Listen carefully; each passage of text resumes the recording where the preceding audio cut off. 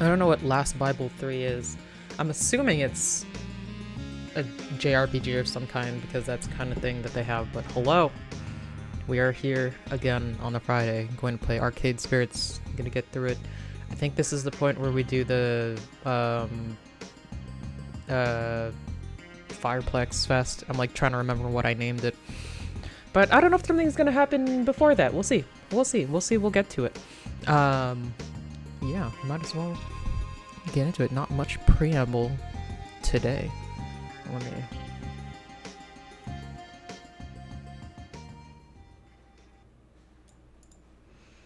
get that gone. Get this over. I've got too many windows open.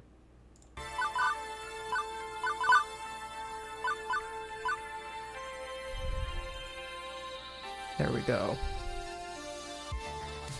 Audio seems to be going.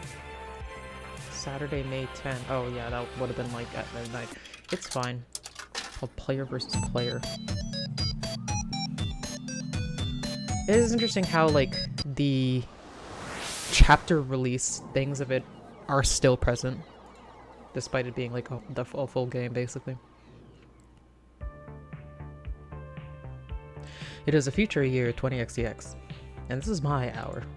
Max has come and gone, and we're hoping a good number of the folks we reached out to there will be here today at my big event. Okay, so it is happening today. Fireplex. This is a make or break moment for me. My chance to put the Funplex on the map. My chance to make something more of its job than a 9-to-5 vacuuming the carpet and looking for missing ski balls. My chance to prove myself that I can do this. Everyone's counting on me to bring in the customers and keep them coming back for more. Without that, we're constantly at risk of the Funplex shutting down. So, no pressure or anything. Here I am in the break room, psyching myself up, watching the clock. Once the little hand hits the 10 and the big hand hits the 12, Fireplex is go.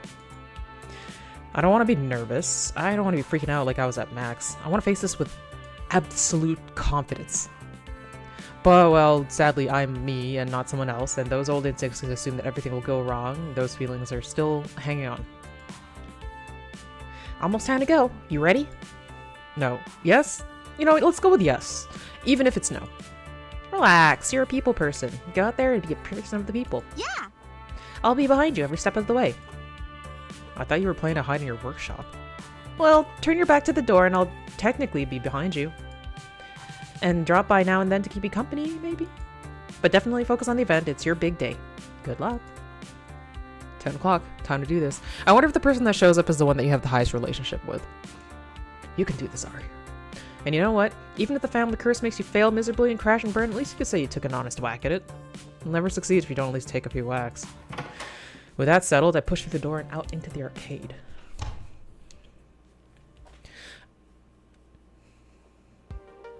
Let's be honest, we'll probably get more, maybe a dozen randos anyway. No big deal, right? And that is not a dozen randos. That is considerably more than a dozen randos. Wait, why am I panicking? This is a good problem to have. I wanted a big crowd for the event. Okay, it's more folks to wrangle, but I can do this. I can do this.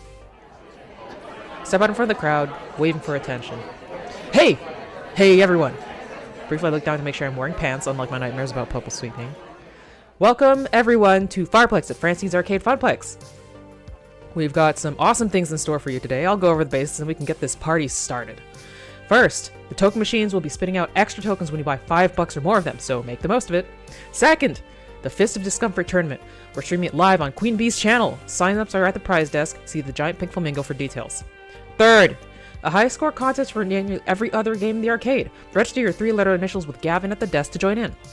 Whoever holds the top score at the end of the day gets a trophy and tokens. We're planning a monthly high score challenge leaderboard, so let's get that started. Fourth, for those of you participating in the conflict contest, your outfit looks great and check in with Ashley about the details. Fifth, I can confirm the rumors. We're going to have Magical Moon Cuties playable on the floor today. The Funplex is home to the indies. Finally, in a few minutes, I'll be revealing our new rare game. Only a few prototypes were ever made, and today you'll get to play one of them. All of those things are on the flyers and the promotional website and so on, meaning the point by point was all kind of redundant. They're ready to go. But I should pump up the crowd a bit, get them excited. Can't half-ass this either. Ooh, okay. Yeah, my respect and my gratitude, thank you for coming. Veteran or newbie alike, I hope you have fun making friends today.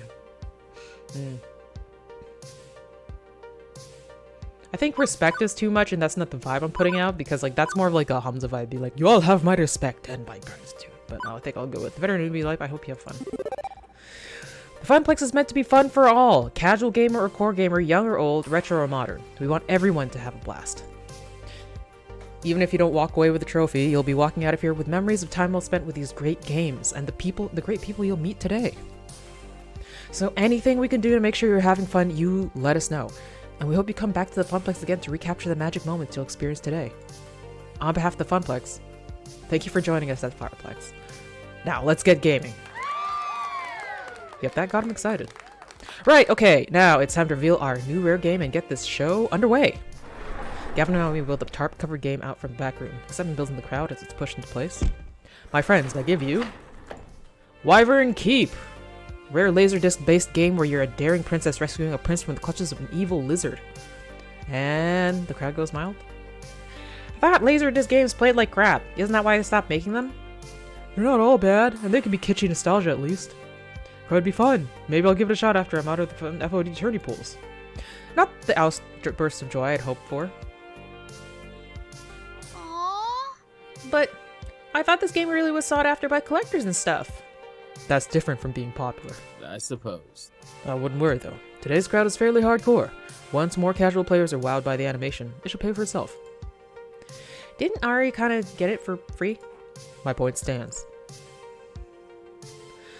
I'm about ready to give up on this for now and move on to other things when I spot something out of the corner of my eye. Very hesitantly, a young girl approaches, eyes full of wonder at the cartoon playing before her of the daring princess. And after dropping in 2 tokens, she starts to play, standing on her tiptoes to do so. And she dies immediately because it's a hard fucking game, actually. Games are meant to be played and loved. The players that grow to love them, players like me, always find them in the end. Hopefully, that girl will have cherished childhood memories of Wyvern Keep just like I did. My nerves align somewhat on seeing everyone ready to go. Maybe today we'll do work out just fine after all. With the event underway, folks head off to sign up for the high score challenges, the FOD tourney, or to just go play some games. As for me, I work my way through the crowd and back to the desk. One last thing to do, check in with our VIPs before they dive headfirst into the storm. Teo's manning the stage to encourage people to get silly on the dance floor. Percy's preparing for his movie run. Queen Bee's ready to face her first opponents. I know I can rely on the staff, but in a lot of ways, the gamers are our star talent for the day. It's their event. I need to support them. For starters, I wave over Teo. Everything set for today's dancing, Teo? In Teo fashion, he winks and gives me a thumbs up. Absolutely. Ready to rock, but can't stop to chat. Running the stage is my focus for the next few hours, and it's gonna take every ounce of social juice I can squeeze out. If you need me, check me out during the lunch break, K? Freezing! And K. Percy, world record time. You up for this? Absolutely. Whoa. Okay, he definitely looks focused today, not his usual softly smiling self. Now let me set up a little camera to record the whole thing. When I set the record, I'll submit it as the new high score to defeat. The culmination of years of effort, all coming to a head. The pressure's well and truly on, isn't it? I can always try another day, yes? But this isn't for me. I mean, it never was for me, but today it's also for you. For the Funplex, I mean. For you. This event is more than a way to put the Funplex on the map. It's like your own personal high score attempt. Chasing a dream, always grasping, just out of reach. I'd hate to let you all down. Morale improvement systems online. Aim the encouragement cannons. Hey, Google, there's always dog killing. Win or lose, we'll be proud of you today. Percy, I know how much this game means to you, but don't feel like you have to win on this on my behalf. Or even the Funplex's behalf. Volunteering for this high-pressure, high-profile, public-profile run, that means a lot to me. You're already doing everything you can for us all. And honestly, I'm proud of you. Quite right, quite right. Very well. For myself, for you, and for the Funplex. I shall give it my all. Percy offers a quick salute and then marches off to war with Mr. Moopy's Magic Maze, having a seat on his stool to begin the run. Next up, checking in with... What the f? Ari, what the fuck? Hey. Ready for the tournament? Nope. No way. No, I'm not ready in the slightest. Not for this. Not for him. With a subtle head nod, she indicates a fairly nondescript fellow with a t-shirt and jeans, standard gamer gear. But there's an unusual design on the back of his jacket. Some wide-eyed fanged Oni. This is a local event, right? Funplex regulars, city scrubbers, and a bunch of cosplay otaku from Max? That's... yes? I mean, yes. That's what this is. Then why the fuck is the demon here? The who? Hey, listen. Known on Western shores as the Demon and in his home country of Japan as Kami, He's the top-rated Fist of the Discomfort player in the world. As for your question, Miss B, I invited him. What? Ooh. You asked me to handle invitations for the tournament, remember? As part of my helpful assistance in setting up Fireplex. Honestly, I was surprised he accepted my invitation. All the other top-rated pros turned it down flat. He even flew here from Japan on his own dime. Yen. Isn't that nice of him? Ari. Did your magical phone fairy just put me dead in the crosshairs of the greatest player who ever lived? Maybe, yes. We'll go with yes. Sorry. I am fucked. I'm so completely fucked. Queen Bee can't be losing morale now, and I can't have my friend so frantic over this. Plus, this is one of the main events, and when she's in top fighting form, she's an all-star entertainer. I've got to pump her up. Queen Bee, kick his ass. As Queen Bee wrings her hands and chews her lip, I lock eyes with her. Queen Bee. Yeah. Destroy him. This is your shot at taking down the demon. Fate, drop this in your lap. Now you get to do what you do best. Fucking own it. She squeezed out a smile, but it's not her usual radiant and confident grin. Hey. Thanks, kid. I'll give it a shot. She marches off to join the tournament. I'm getting a sinking feeling. Did I make a mistake? Oh. My calculations estimated that having a top player would bring in at least 150% more attendance. I mean, I was just trying to help this event be the best it could be.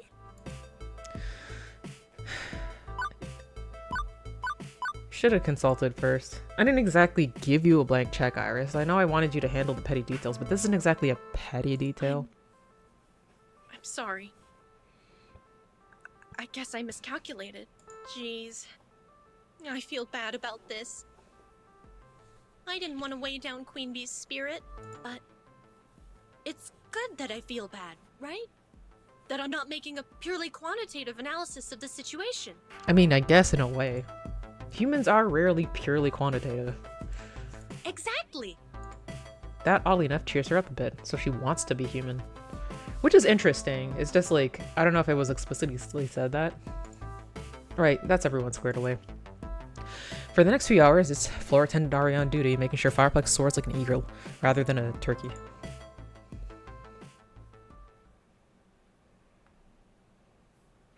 By and large, the event runs itself. Or, rather, Teo, Ashley, Gavin, and Naomi keep it rolling. My job is to troubleshoot. And boy, howdy, is there trouble to shoot.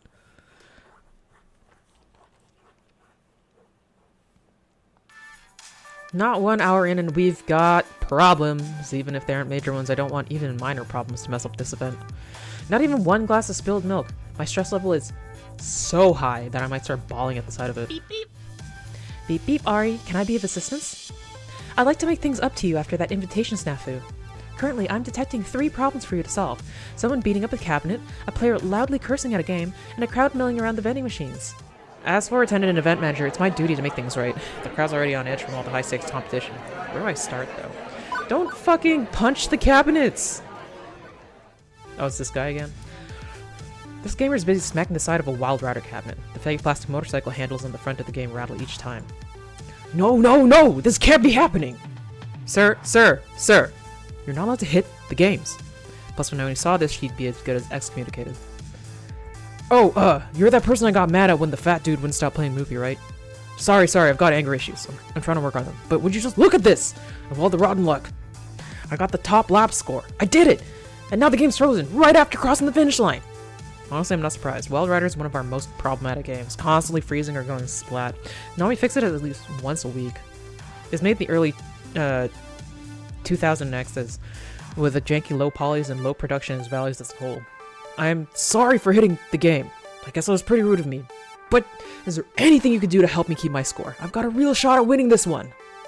This guy rubs me the wrong way, but he seems sincere in his apology, and he's a paying customer today despite claiming he'd leave forever, so I should keep that ball rolling. Let's see. Tried unplugging and plugging it back in. No.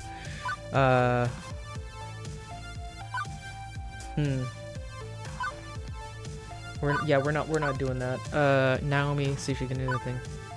Iris, is there anything you could do here? I know this is a long shot, but Iris, is there anything you can do here? Oh, I know. Ooh, a challenge! Don't worry, Ari. Iris is on the case. Meanwhile, please enjoy this recorded music. So, do we just stand around and wait, or... Thank you.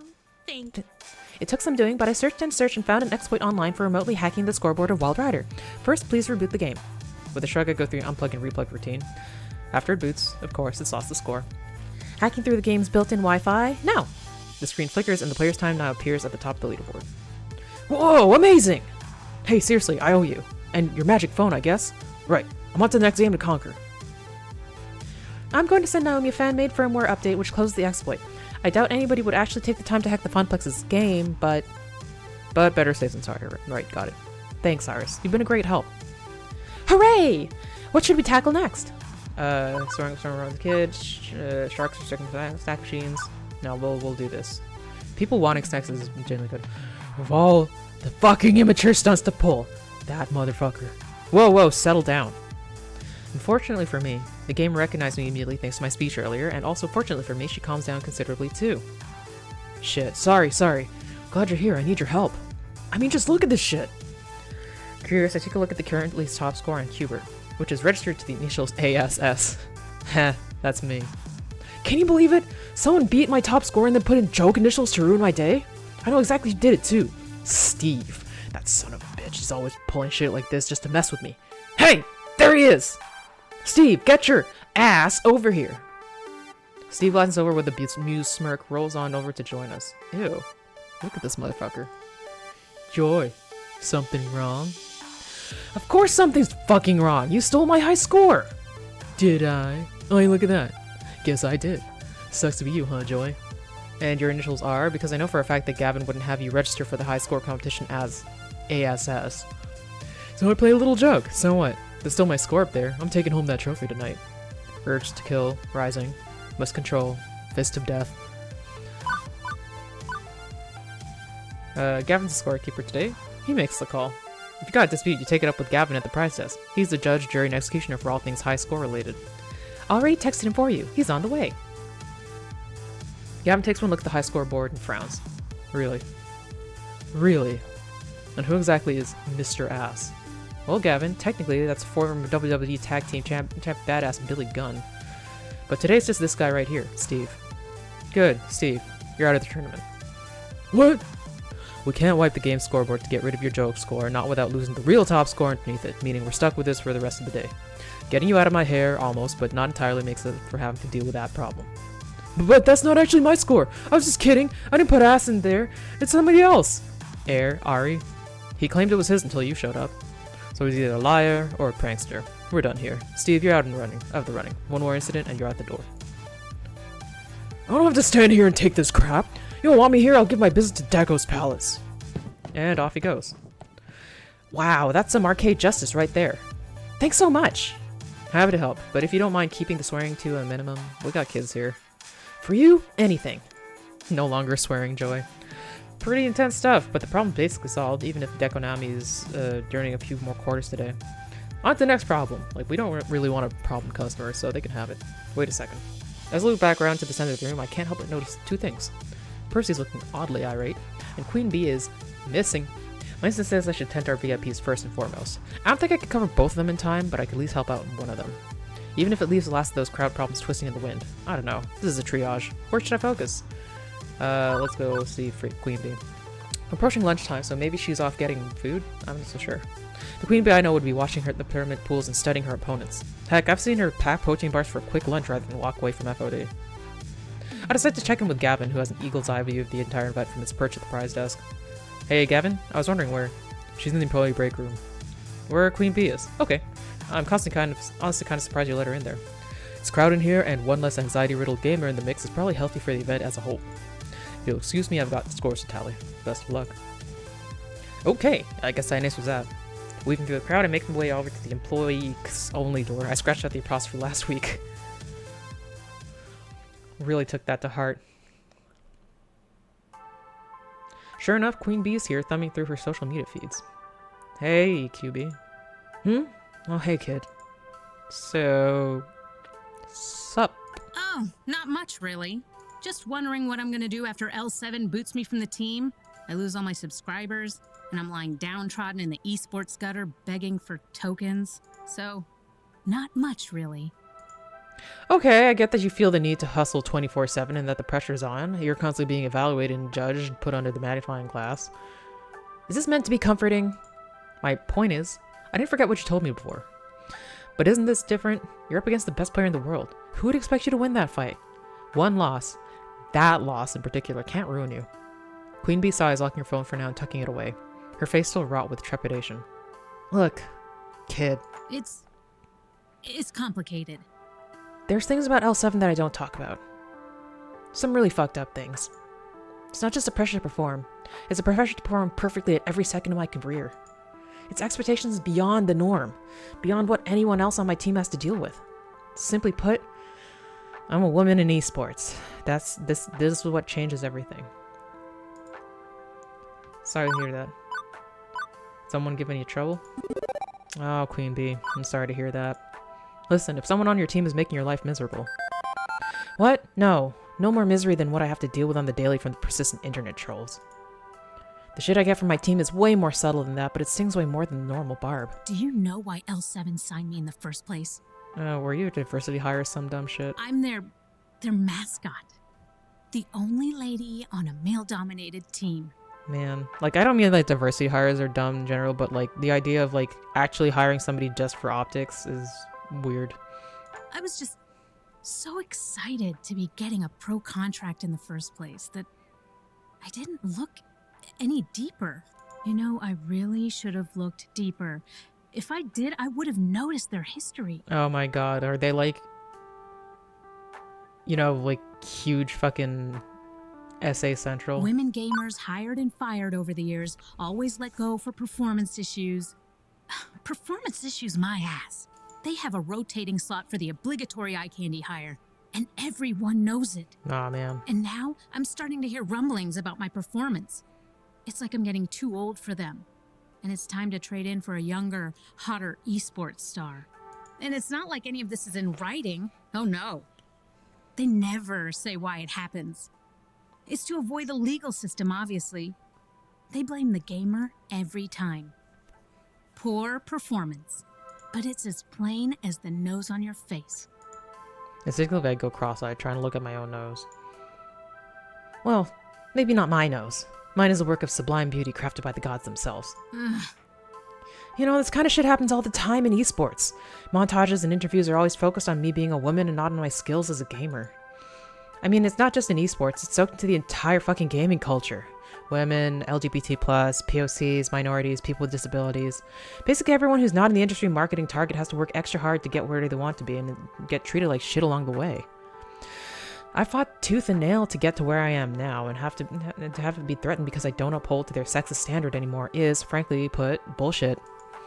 So it's there and it's real, but tough to prove any real allegations. Closest thing I've got to hard evidence is my win-loss rating. It's steady and solid. No performance problems at all. Nope, no way. I don't lose. They can't drop the axe just yet, not until I make a mistake. And, well, taking on the demon and getting destroyed in front of a live stream audience at a small event, an event I should be winning hands down. That's all they need to justify abandoning a ship. Honestly, I'd have abandoned a ship on this team ages ago if not for the fact that I rely on my team's salary to live. I've even had to put up with those L7 sponsored events at Deco's Palace. What a filthy pit of ego and aggression that place is. But without this contract, I'd need a real job. Like an ordinary pleb. Hey man, you just gotta have a real job to fund your fucking passions, you know? Fuck that. I'm a gamer and this is my fucking dream. So suck it up and endure all the little microaggressions. No way around it now. If I want to keep being a pro, I have to beat the demon. But how do you kill that which has no weaknesses? Come on, everyone has a weakness. What's his? Maybe. Well, maybe if he has a heart attack or spontaneously combusts. Being on fire is totally weakness. Maybe walk me through it. In Fist of Discomfort, how do you counterplay your opponent? I'm utter crap at that genre. Maybe explaining it to a noob will help. She pauses, trying to figure out how to word it on a level that even a neophyte can handle. Let's see. Okay, so there's 3 playstyles in FOD. Aggro, Mid-Range, and Control. Oh, it's supposed to be fucking League of Legends. That's what it is. That makes sense. Simply, Aggro is quick beatdowns and Mid-Range is balance, and Control is long-term planning. In this case, I play Aggro, and from what I know about the demon, he's an absolute perfect control player. He uses elaborate item combinations to solve the game and seals your doom. And I'm gonna hazard that control beats aggro. Most of the time, yeah. It sacrifices early game power for early game stall, meaning I burn out while he's just getting warmed up. It's complicated. If I wanted to counterplay him, I'd have to play mid-range, but I haven't practiced those characters, that playstyle. He'd outskill me easily. No choice, I guess. I'll have to get out of my comfort zone and face the demon as mid-range. I'll figure something out along the way. I'm surprised that you can be like the best player and like not be good at one pretty big part about it. I'm gonna slay the demon. I'm going to do this. I will. Agreed. It's time to go exorcist on his ass. Not, hey, you can join team. No. Then I think it's time to load up on holy water and crossbows and purge this entity from our sacred funplex. Now we're talking. Let's put all 7 aside for the moment, because even if I win this battle, I'm leaving them in my wake. But here and now, it's time to focus on the fight. Hey, thanks. This helped. I mean, I'm still very likely doomed, but I feel better about my doom as a whole. You'll be there for the finals later on today? I nod in affirmative. Although Percy should be wrapping his high school run about the same time, meaning... Hey, it's cool. I get it. You've got a lot going on. No pressure. Now we've got an event to manage and I've got a fight to prep for. Let's both do what we do best. You got it, Queen Bee. She pulls out her phone to do a little research as I depart.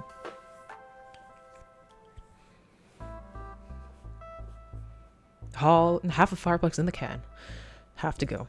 I've been running myself ragged trying to catch every little problem, and there's still plenty left to do, but no sense not practicing self-care too. It's time to get my lunch on. And while a nice quiet moment to myself would probably help, what would help more would be a smidge of social interaction beyond crisis management. Percy and Queen Bee are obviously tied up in their own affairs, but everyone else should be open. Who could I lean on in my time of need? Probably Naomi, it's quiet. Gavin used a break from score wrangling. Ashley just jumped into the employees only room. Tails looking around. Okay. So either Naomi or Ashley. I kind of want to see what Ashley is doing. I assume Ashley's hiding herself away for a quick break, and I can't blame her. She's been working just as hard as everyone else has. When this is all over, I'm gonna need a coma of sleep and a hot bath.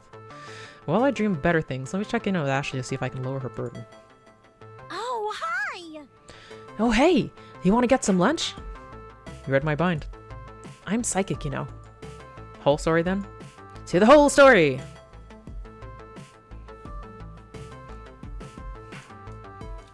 My companion fetches a table in the Crown Cafe while I memorize her order and carry it forth to yon service counter. I make my way to the front of the line, trying to keep the lunch order neatly arranged in my brain despite all the chaos of today's event. Well, look who's here. I'm looking. These guys are kind of annoying. It's our favorite arcade wrangler. Arcade minion? Arcade flunky? What's the right term? Event manager, actually. You know those flyers for Fireplex I asked you to pass out? It's my baby. Moving up in the world, I see. A proud parent of a shiny arcade baby. And yet, no invite for us to the baby shower. Why, I feel snubbed. But seriously, we couldn't be prouder of you. And to think when you first walked in these doors, you were still trying to figure out your place in things. Ben and I know a thing or two about finding your dream and sacrificing to make it happen. Long hours, hard work, Hard hours and long work, too. struggling to make ends meet. Having meetings to discuss how to end the struggles. Oh my god, you guys. Can't imagine how difficult it must have been for you to get to where you are now. It wasn't that difficult, honestly. I came up with a name, talked it up at Max, and that's it. No, you talked to people, you did stuff. I'd be on the lookout for hidden costs on the back end then. Speed bumps on the road of life to catch you unawares as you're soaring down the highway of success. But if you wreck your $500,000 imported sports car of business triumph, we'll be there to drown your sorrows in coffee. And donuts. And donuts. Don't forget the donuts, an essential component. Next order, please. I wonder if these guys are the devs. Shaking my head, I wander back to our table with lunch in tow. Because, like, all of their lines are voiced, right? That makes sense. Still, I must look a bit nervous, a fact that Ashley picks up on as I return. Glad we're doing lunch, you know? I needed like 5 minutes peace and quiet away from the funplex before heading back to the floor. Ashley, you could take more than 5 minutes to rest. You've earned it. You've been working your feathers off out there, and it shows. I don't think I've seen this many happy children since I started. You mean you aren't here to force me to go back out there? I mean, yes, but at least take like more than 5 minutes. So you wouldn't be opposed if I snuck out, got on my private jet, and flew to Bali on a vacation getaway. Excellent. Only take me. Tropical Island getaway sounds like absolute perfection right now. You aren't leaving me behind for this. I want nothing more than a fruity drink and a tiny umbrella in it and listening to the relaxing crescendo of the waves I'm in. The waves dot I'm in. Oh yeah, and just imagine the sand between your toes and the sun warming your face. Alas, such visions of paradise will have to wait. I can't leave in the middle of Fireplex, and sadly, you can't either. We're both needed out there soon. Drat. Foiled by evil overlord event manager Ari. Wait, how am I the villain? I just told you should treat yourself to a longer lunch. Well, Ari, sometimes you're just the hero, and sometimes you're the villain. That's just the way the cookie crumbles. Wait, are we talking in terms of cosplay outfits or real life? Both. What do you mean? I can't just help thinking about how people are always wearing multiple masks all the time and how that defines and changes them. I don't think I own any masks, but I imagine I'd look pretty good in a sparkly masquerade one. Or maybe a Lovecraftian plague doctor one.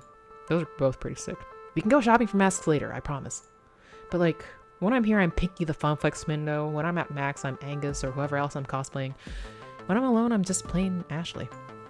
Anyway, what I'm trying to say is, how do I know which one's the real me? And is the real me good enough? Should I live my life as the cosplayer, as the Funplex employee, or the person that has a wild imagination? Which one makes me best? I just don't know. May I speak frankly? Ashley nods, looking lost in thought. I think you're all of them, Doi.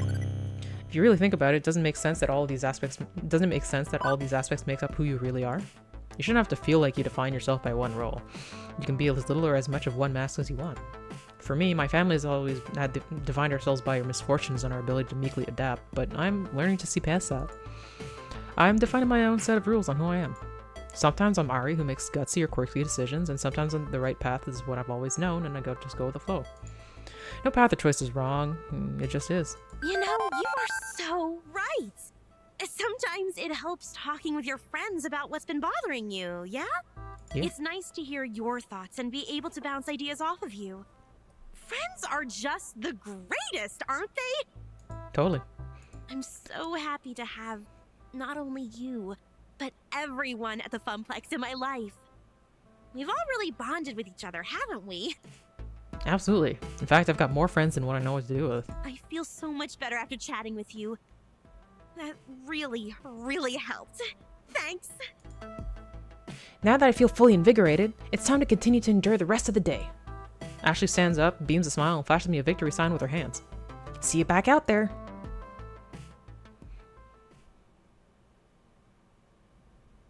The next few hours pass quickly. With renewed confidence, Percy's deep into his world record run and performing admirably. He's intensely focused on that score, inching ever closer, while Queen Bee effortlessly destroys locals on the path to her inevitable showdown with the demon. Myself, I float through it all, taking care of little problems while keeping an eye on both of them. But as the event winds to a close, all eyes are on our two main events, and the very real possibility of our local heroes falling apart at the finish line.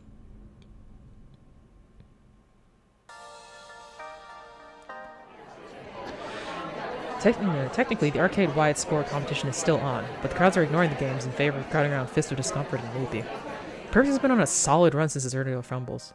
Queen Bee's been effortlessly destroying all competitors, as expected, but the demon has been matching her game for game, destroying all his opponents as well. And as predicted, the grand finals will come down to Queen Bee versus the demon. And as for Magical World of Moopy, Percy's closing in on the world record, with the tape rolling and ready to submit to Twin Galaxies. The pressure's on. I got Queen Bee through her worries, but that was just the prelude. This is the main event. Percy's not looking great, hunched over his joystick. He might need me. Can't be there for them both as much as I want to. Who do I focus on? Well, yeah, Queen Bee. Like, I haven't really talked to Percy at all, but yeah, let's go for Queen Bee. This is it, the grand finals of Fist of Discomfort at the Fireplex. I can sense the excitement in the crowd, and it's hard not to get swept up in the hype. My nerves are through the roof right now, and I'm not even the one playing. Using my event manager authority, I reach the front of the crowd where Rhapsody, an FOD expert Iris invited to handle the play-by-play announcing, introduces the competitors. On the player one side, the rising star of L7 Gaming, local Funplex champion and internet sensation, Queen Bee! Few folks in the crowd, locals mostly, cheer Queen Bee on. I recognize most of them from her crew and a bunch of Funplex regulars. On the player 2 side, first-time EVO champion in Fist of Discomfort, known as Kami in his home country of Japan, here we all know him as the Demon. Uh-oh, the crowds picked their favorite, clearly. Not to say that it doesn't make sense. The Demon is known by casuals and hardcore alike, but I was hoping for a little less of a discrepancy before the two. I look over to Queen Bee. She's keeping it calm. She's keeping it cool. A true mask of the competitive gamer. After a quick handshake, it's off to the joysticks, quartering up and getting ready to battle. My fellow gamers, this is the grand finals here at Fireplex. Let's hear it for our competitors! As they shuffle through the character selection screen, the crowd waits in anticipation, eager to see who will be chosen. The announcer takes that momentum and brings back twofold. Queen Bee is sticking with her pride and joy, the fast and deadly Tomokaze. From what I've learned, Tomokaze is a light and fast character suited for Queen Bee's aggro style. It's her favorite character. And as for the demon, who's been playing a staple, a heavy stick controlling samurai all day, selects a similar speedy attack ninja? What an amazing turn of the events! The demon completely strays from his normal character roster and chooses Silent Blade. This is completely unlike anything we've seen. This is completely unlike anything we've seen the demon do today. What an exciting matchup, one you won't want to take your eyes away from. Wait. This doesn't make sense. Queen Bee explained all of this to me. The demon plays slow, control-heavy characters that drag game down to their level for an eventual defeat. But now he's playing aggro? The character's locked in and map set. Let's not delay this match any farther. The countdown is at 3, 2, 1. And begin! Right out of the gate, the demon comes at Queen Bee with a Frosty I haven't seen, well, since Queen Bee's usual matches, where she charges head-on into her enemy. Right out the gate, the demon attacks Queen Bee with a Frosty the likes that I've never seen. Like a cheetah, the demon spares no time running straight towards his prey. The demon has completely ignored the ninja creep waves. He's taking on full minion damage and he's not even phased. In fact, he's not even stopping to buy items. Our champion from Japan has only one thing in his sights, and that's Queen Bee. Okay, yeah, this is bad. He's playing aggro. He's playing a faster aggro than Queen Bee, rushing her down before he can get her bearings. It's not much of an edge, with the demon risking everything like that, but it's just enough for one to keep her from finding her footing. Normally these matches go on a good 5 or 10 minutes, but he's already put Queen Bee down once, then mauled an allied sensei while she was respawning. I try to make myself heard over the crowd. Stay cool, focus on defense, kick his ass. You can do it. Let's try that. Stay! No, it's good. She can't hear me. No, it's no good. She can't hear me. Even if I was able to shout louder than the crowd, her attention is so focused that she probably wouldn't register my voice. I could do nothing but helplessly watch the demon pull her apart again and again. The onslaught! The demon, living up to his namesake, is not showing an ounce of mercy for his competitor. What's this? Queen Bee is switching things up. She stopped in the item store, completely ignoring the attacks on her sensei. What could she possibly be buying for a time like this? Fortunately, she seemed to have developed a plan. From what she explained, the counter to aggro is control, so by changing her tactics, it might allow her some time to catch up. When a Queen Bee sensei is down for the count, but the death has brought her enough time to grab as many control spells as she can. Queen Bee blasts the lane with Storm of Frost. Okay, I get it now. She's using a weird hybrid style of trying to stall her enemy with ice spells while making her own progress down the lane. Initially, it works like a charm. The enemy minions freeze solid and give her just enough breathing room for her to push ahead. But the demon responds with swift accuracy. He's pushing forward with his other lanes, ignoring her attempts to slow things down. As the demon flips between lanes, it's clear that while this would have won the game if she started out that way. Quick enough, the final sensei and Queen Bee's side of the map falls. Here is your winner, the demon! The obligatory handshake happens as the crowd bursts into applause, thrilled to have seen such a strange spectacle out of the world champion. Immediately, Queen Bee is forgotten, and the players close to cheer on the demon over and over. Perhaps it's her cue to depart before the cheap plastic trophy I got from the Dollar Store's award to her rival. Queen Bee slips away, and I decide to follow.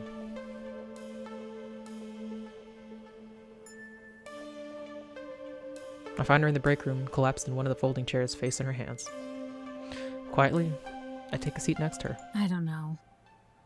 After L7 Gaming dumps me, maybe I can live off my stream subs alone. If they don't abandon ship too, I mean. Maybe cut my living expenses a little. You know, move back into my parents' house, things like that.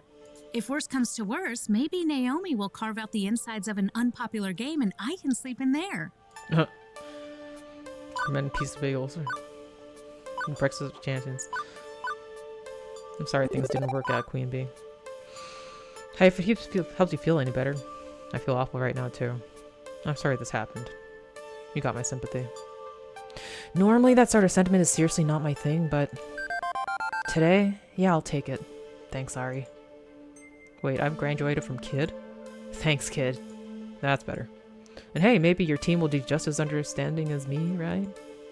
Well, I gave my best. theory crafted with you, sorted my plan out, even changed it up on the fly when he surprised me. Hey, thanks. I can honestly say I did my best, and that's thanks to you. Helped me pull my shit together this morning, you know. Happy to help. This is my fault, isn't it? I'm the one who organized the event. I'm the one who pushed everyone past their limits, all in the name of making my dream a reality. I've been working hard to make what should have been just another temporary job in the long string of temporary jobs into something more, something I can believe in. But I didn't stop to think of what the world would cost me and everyone around me. What that would cost me and everyone around me. Fuck. Whoa. Well, wash that filthy mouth out with some soap, kid. Question is, now what? Where do I go from here? Well, thankfully someone's knocking at the door, interrupting me before I need to provide career advice to someone whose career I just indirectly destroyed. Although I'm expecting it to be Gavin, or maybe Ashley, to come cheer her friend up, the unexpected walks in the door. I bet it's the demon. The two of us sort of stare, confused, as the man addresses Queen Bee. I don't know those kanji. Shimasu ka? Daijobu desu. Or daijobu. What? Hey, listen. I can translate. One moment while I load my Japanese to English speech recognition systems. I'm afraid my English is not very good, so... Oh, you have a translator. I'm glad. Iris repeats everything we say back and forth. With a little patience, the conversation flows a little bit easier after that. I wish to thank you for teaching me today. What the? For what? The fuck does that even mean? Are you mocking me? Iris probably softened that a little in translation, but combined with Queen Bee's expression, the demon seems to get the real gist. Not at all. I wish to thank you for teaching me your unique fighting style. Both Queen Bee and I look very confused. I've been watching your stream for a year now, but watching it is not the same as facing you in combat. For that one battle alone, I've learned a great deal. If you will allow it, I would enjoy learning more. I clearly have a great deal of work to do to master your style, as you saw today. Didn't we just see him pull you apart limb from limb? Queen Bee's expression softens, then she playfully punches me in the shoulder. Way to rub it in, kid. That's not even what happened. I honestly thought you were watching the match. I was, but I'm still confused. He played sloppy as shit. The reason I lost was due to surprise. He took more risks out there than I did, relying on the fastest, hardest aggro style imaginable to win before I could react. Even in aggro, you don't come blitzing out the gate without buying a single item, not unless you're willing to bet it all on that strategy. I was overly eager to show you what I've learned. I won, yes, but I cannot be results-oriented in my thinking. I believe we could learn much from you, Queen Bee-san. Come again? Okay, who's we exactly? Myself, the Kami of Japan. Onslaught-san, the Kami of the NorCal scene. Fausta-san, the Kami of Germany.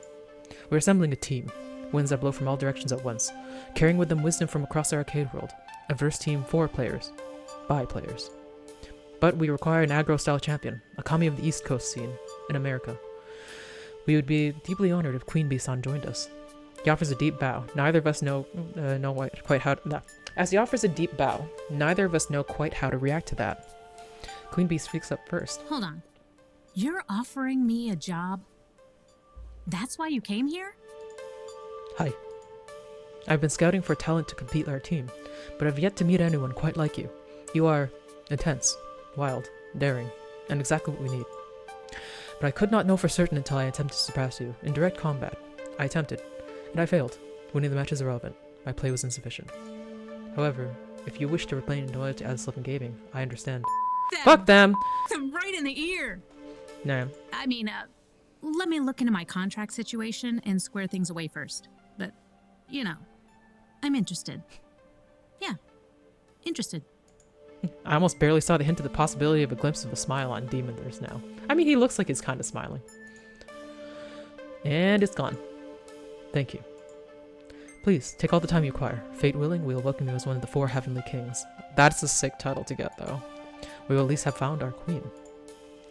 With that, he offers one more bow and promptly turns to exit. Whoa. Holy shit. Kid, do you know what this means? You're about to be elevated to arcade godhood? You're gonna try to ascend the holy mountains of Asgard, join your fellow Kami and Olympus, home the spirits above? I'm pretty sure you're mixing up your pantheons here, kid. But yeah, this is big. I mean, this is super big for me. Instead of bowing and scraping and begging L7 to let me sit at their table, I get my own fucking table. I want to be carried into Evo by I want to be carried into Evo by oiled fanboys, raising me on high on a plush couch, feeding me grapes and fanning me with palm leaves. I'm Actually reasonably sure Iris could arrange that if I asked her to. Sure thing, I'll get right on. Kidding, I was just kidding, Iris. Yeah, I'm kidding too. Let's not get ahead of ourselves. I've got a lot to learn before I really know I can hang with them. But now, I've got a future, and it's bright. I'll admit to some relief on hearing I didn't just sink Queen Bee's battleship, but the fact remains we got lucky. If the demon hadn't been in a generous mood, hadn't been scouting for talent, her career would have been in shambles thanks to me. The demon said it himself, don't fall for results-oriented thinking. Maybe her future is bright, but it almost wasn't thanks to me. Man, who knew being an adult with many important responsibilities instead of a transient floating through life would be this nasty? Kid, you okay in there? Yeah, I'm fine. Everything is fine. Shaking the moment off, I do my best to celebrate her achievement. I'm glad I could help you out this morning, and I'm glad things worked out, even if I guess both you and the demon feel you lost that fight in your own way. Esports, huh? Wild stuff. Hey, thanks. But hey, I've been meaning to tell you. Thanks. You've been with me through all this even when you probably had better things to do. Don't think I haven't noticed. Well... So it's like, do we get to lock in Queen Bee? I mean, we're already here. It says like, friend. And I think Ashley friend zoned me because I wasn't trying that hard with her, so let's just do this one. I'm ready to enjoy that ride. I'm Johnny, Queen Bee. And your adventurous, carefree attitude. I just hope that you'll entertain the thought of including me on that wild ride. Oh, well. This is an interesting development. I was wondering when you'd find the guts to flirt with me properly. It only took you a few months. I'm glad to see my patience hath been rewarded. I'm glad to see you have patience. I'll really need to work on that delivery. It was cute, but wild ride, honestly. I think you would have done better just looking up cheesy pickup lines on the internet. Queen Bee smiles and laughs happily. This is the first time I've seen her genuinely relax and be at ease with herself all day. It warms my heart, and I smile along with her. We can talk more later about the complexity of emotions and proper conduct, but for now, let's just enjoy this quiet moment between us. It's been a hell of a day, and I could just use a hug from someone I care about. She looks towards me and gently closes her eyes. I can tell how pooped she is. I open my arms up and with the utmost grace, Queen Bee crashes into my embrace. For a long moment, it's just the two of us enjoying the silence and each other. Alright, I should go rejoin the party. They do need her royalty to grace them with her presence. Will you escort me, Ari? I stand up and offer my arm to her. You got it, my queen. Oh, don't tempt a lady like that. I like the way it rolls off your tongue. I could really get used to that. She takes my arm in hers and we go back to the arcade floor. Real quick, before we return, thank you. Seriously, thank you from the bottom of my heart. We stroll to the door, Queen Bees and my confidence restored, and return to the fireplace crowds. We done it, I think. Unless this was like a B tier type ending and there's some kind of like S tier somewhere. As we re-enter the arcade, I instinctively size up the crowd looking for trouble, but there isn't any. Good. I don't think I could deal with another crisis. Wait a minute. Where's Pear? Percy? Or Purper? I don't know. He's gone. No one's playing Moopy. In fact, it's already drained out the extra lives and gone to the track mode screen. With a score just short of the world record. Oh yeah, because we invested in Queen Bee. Ah, shit. You think he cracked under the pressure? Percy's in the hospital. He started clutching at his chest and then fell off his stool. We think it was a heart attack. Oh, fuck. I called 911 right away. The ambulance just left. Oh no. I need to go. Shit, I ride the bus. I can't drive to the hospital. Queen Bee provides. We'll take my car. Gavin, can you and the others finish up here? I have to... This is my fault. I pushed him. I pushed him too hard. Go. We'll take care of Fireplex. Is that the thing? You choose one and the other one, like, dies? Quickly pile into Queen Bee's rusty yellow hatchback and speed off to the local hospital.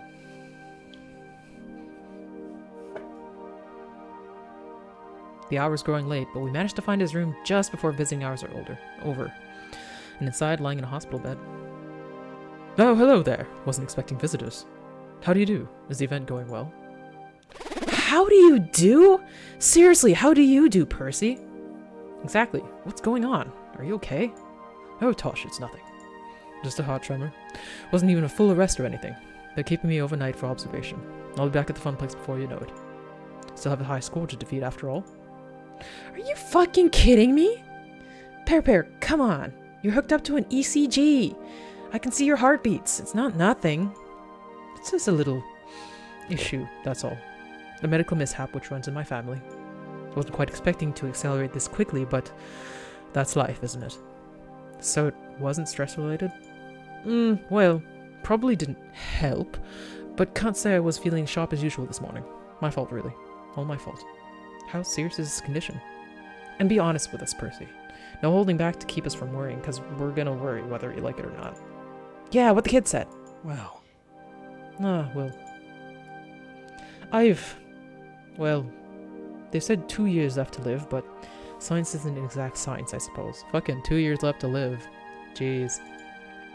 Shit. The hospital PA system chimes, grabbing my attention. Your attention, please. Your attention, please. Visiting hours are now over. Visiting hours are now over. Suppose it's time for you two to head on home. And don't you worry about me. I'll be out of here in the morning. Probably take a break from Moopy for a time, but I'll pop by the Funplex all the same. Only if you're sure, Percy. You know me, love. I'm an optimization expert, and my way of keeping calm through the silliness is to optimize the happiness I can find in the time remaining to me. And that means the Funplex. The Funplex. Queen Bee offers me a ride back to the Funplex in her car. I have to settle down an event to wrap up and then a bus to catch back to my apartment. Neither of us really feel like talking on the way there. It's a wild fucking day. I'm back. Not that there's much to come back to. All the plastic trophies I picked up for the high score contest are gone, along with their winners. Looks like everyone's closing up shop. Ashley tidying up a bit, Naomi literally having fallen asleep at the prize desk. And Francine up way past her bedtime, squinting at a computer printout. Hello, dearie. Ah, there you are, Ari. Gavin ran the numbers while you were out. Despite the discount on tokens, we made a tidy profit today, far above and beyond what the Funplex normally draws. From what Ashley tells me, the mood was quite jovial near the end, with many nice folks saying they planned to return. And even if the local champ didn't win at Fisk of Discomfort, they got to see the demon in action. That's a feather in our cap. I'd hoped you'd be pleased with the news. This is what you wanted, yes? To put the Funplex on the map? Business is going to be just peachy now, especially with more lovely parties like this one. Yeah, okay. Sorry, I am happy about it, just exhausted. Emotionally, mentally, and physically. Well, for what it's worth, we're all rather exhausted, dearie. But we've got no regrets. I'd like to think I know a thing or two about dreams. Dreams and how difficult they can be to make a reality. Your dream of a thriving Funplex is going to take hard work from each and every one of us. But we're ready, willing, and able. But true, Queen Bee didn't win, and true, Percy was, hospitalized, but poor dear. That part is pretty bad. But we did it! Your friends saw it through, and they do it all over again, without a doubt. I know, I'm a bit numb to it all. I'm sure I'll feel like $1,000,000 tomorrow when Percy strolls back in and smiles and Queen Bee's sporting her fancy new team jacket. When the daytime crowds are thick with newcomers happy to be playing the games they love, when I really get to see the effects of what we accomplished. But for now, I really just want to go to bed. You need anything else from me tonight? We're all wrapped up like a bow. I'm on my way home for a good night's sleep myself. Go home, Ari. We'll see you tomorrow. Oh, that went pretty well. Other than hospital. I turned the keys in the lock, slumping into the apartment. Hi! So, how'd it go? Was Fireplex every bit as awesome as the awesome poster I designed for it? The players went home happy and business is booming. Hooray! Now why don't you look happy? It's been a long day. Well, okay. Honestly, Ari, you're an inspiration to me. You have the guts to chase your dreams. It's tough work, but I knew that Iris could find you something you'd love. And I've been wondering if I should follow in your footsteps. You want to become an arcade czar? No, silly. I mean, just try to find something to do with my life other than make coffee for executives and file their paperwork. I've got it! Like that poster. I could try being a graphic designer, maybe. I've always loved doing stuff like that. What do you think?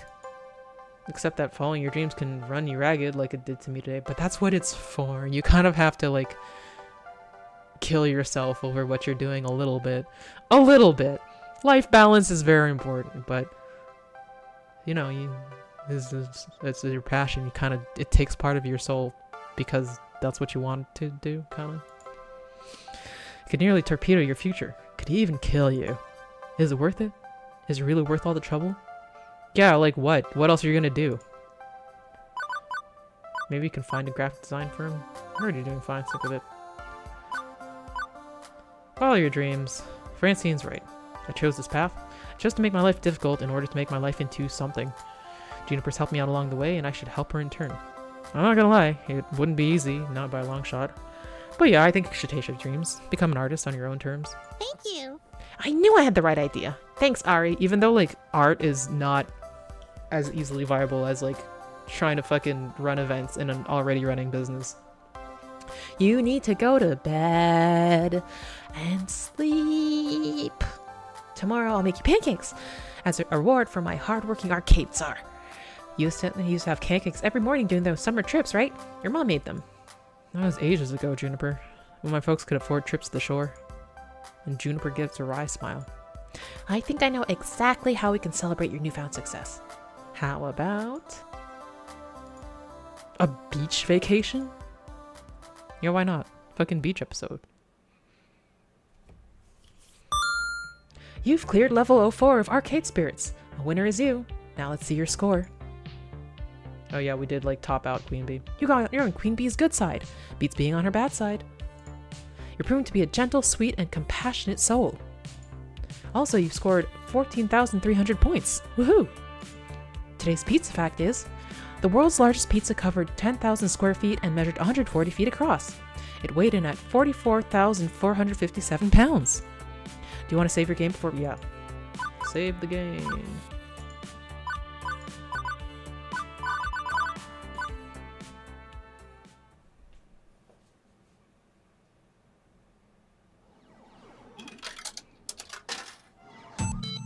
Another chapter. I was like low-key thinking that that would be the end of it, but we'll see.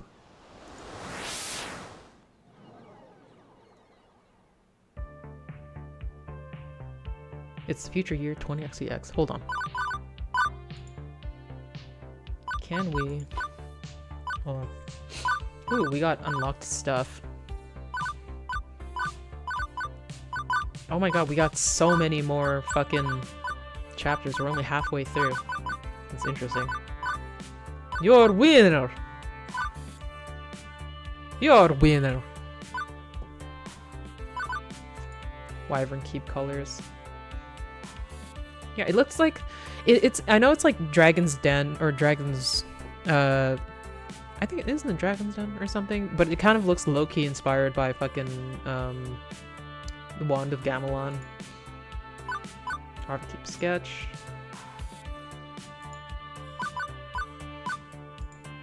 This is Destruction Piston.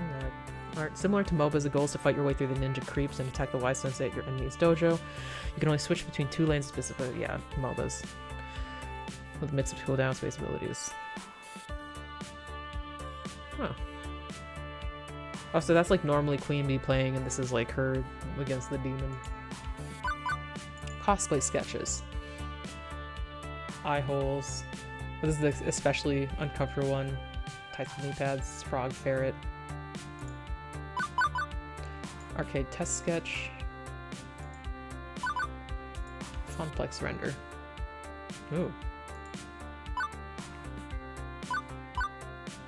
We'll end current game. Please stay first. Oh wow. Well, I don't know if we'll do that now, but let's return back to remember. It is the future year 20xex, and romance is in the air, or at least romance will be in the air if Iris has anything to say about it. Also, I'm not actually in that glorious 20xex Neon Metropolis today. I'm about 134.7 miles south of it. That's much better. Nah, just smell the sea salt. The saltwater taffy, the baking hot sands. It's just like I remember. You've never been to Flotsam Beach before, Jennifer. Well, it's just like I remember you remembering it was then. Definitely. This is definitely one of my better ideas. Top 10, maybe even top 5 ideas. What a fantastic way to celebrate your success at the Funplex! As a reward for your hard work, we return to the beach where you first played Wyvern Keep, where your family spent their summer vacations. Oh, how sentimental. My heart. I can't. I feel like to say something pithy and dismissive in the face of her unrelenting cheer, but to be honest, I'm definitely smiling. This place holds so many dear memories for me. Before my parents lost their jobs and began the downward spiral of bad family luck, we loved coming to Flotsam Beach. And coming back here, for sure, is a treat. Yes! This place is great! Sand and sea and that boardwalk. All those little shops and the best fried food the East Coast can provide. The arcades aplenty and seashells and airbrush t-shirts and plastic sunglasses and... Is this supposed to be Miami? This kind of looks like... is this the same beach that inspired the Steven Universe? I have no idea. Because, like, there's, like, an arcade and then fucking food. This kind of does look like fucking Beach City. I want to see it all. I want to do it all. I think you're more excited about this 9, Juniper. You're excited too. Don't deny it, Ari. Later! Okay, I'm gonna go get changed in my swimsuit before the others get here. Be right back. The others? The others. You're right. That was the second part of Juniper's plan C. But this wasn't just a treat for me, but for everybody associated with the Funplex, because we gotta keep playing the game. We had to drive down here in groups and pay for our own hotel rooms to keep the costs down, but soon enough on a Saturday morning, outing for all staff and VIPs had become reality. It was real sweet of her to include everyone in on the trip too. I worked hard to make Fireplex a success. I certainly couldn't have done it without help from my friends. Within the next hour, there'd be 9 of us bouncing around in swimsuits, making sandcastles and buying cheap souvenirs and playing seaside arcade games. And hopefully not accidentally drowning in the rip tides as my inner lifeguard felt the need to warn. One day of fun in the sun, for everyone. And as for this evening... Beep beep. Beep beep, Ari. Well, I set other plans for me. Well? Have you decided yet? Have you? Time's running out, you know. For what? With a sigh, I pull out my phone, summoning my digital gin. And why is time running out exactly? I've run the numbers and calculated a 99.97% chance of romantic success if you take your special someone on a moonlit seaside stroll. I do appreciate this flagging of like, this is where you clinch the romantic thing if you want to. If you don't do it right here, you'll probably get some weird ending. It's the perfect confluence of all projected event vectors that will lead you to love and happiness. Romance is in the air. Can't you feel it? Right now, I feel slightly overheated. I need to go change. Yes. Yes. Good. Put on your sexy swimwear. It'll improve my projections. Iris, Jesus fucking Christ. She's been going on and on about this ever since finding out about the beach trip. Iris, why the sudden obsession with finding me a special someone anyway? I've turned my life around. I found a job, found a dream even, to make something out of the Funplex, to let it grow and shine. You've done well helping me with that. This is the happiest I've been in years, honestly. Thank you. Gosh, thanks, Ari. So I messed it up by trying to date one of my coworkers, or one of our regulars. Remember the day I joined the Funplex? I told you I wanted to stay focused and play it cool, avoid even thinking of my coworkers that way. Feels like a recipe for disaster. Disaster? Or delight? Ari, you spent weeks getting to know these people. You've even taken a few of them out to lunch. Maybe you didn't think of it as a date, but maybe they felt differently. Exactly! What if I could just make things awkward for everyone? I'm already super close to these people, closer than I thought I'd be when I first took the job. Do you really want to rock the boat by flirting with a friend like that? The warmest hearts can be found first in friendship, I say. You already know these people. You care for them, Ari. Don't deny it. And I'm thinking that they care for you too. And if it doesn't work out, that's okay. We're all adults. We can deal with that. My sources say yes. Trust me, Ari. This is your moment. But you don't have to decide right now. In fact, you shouldn't.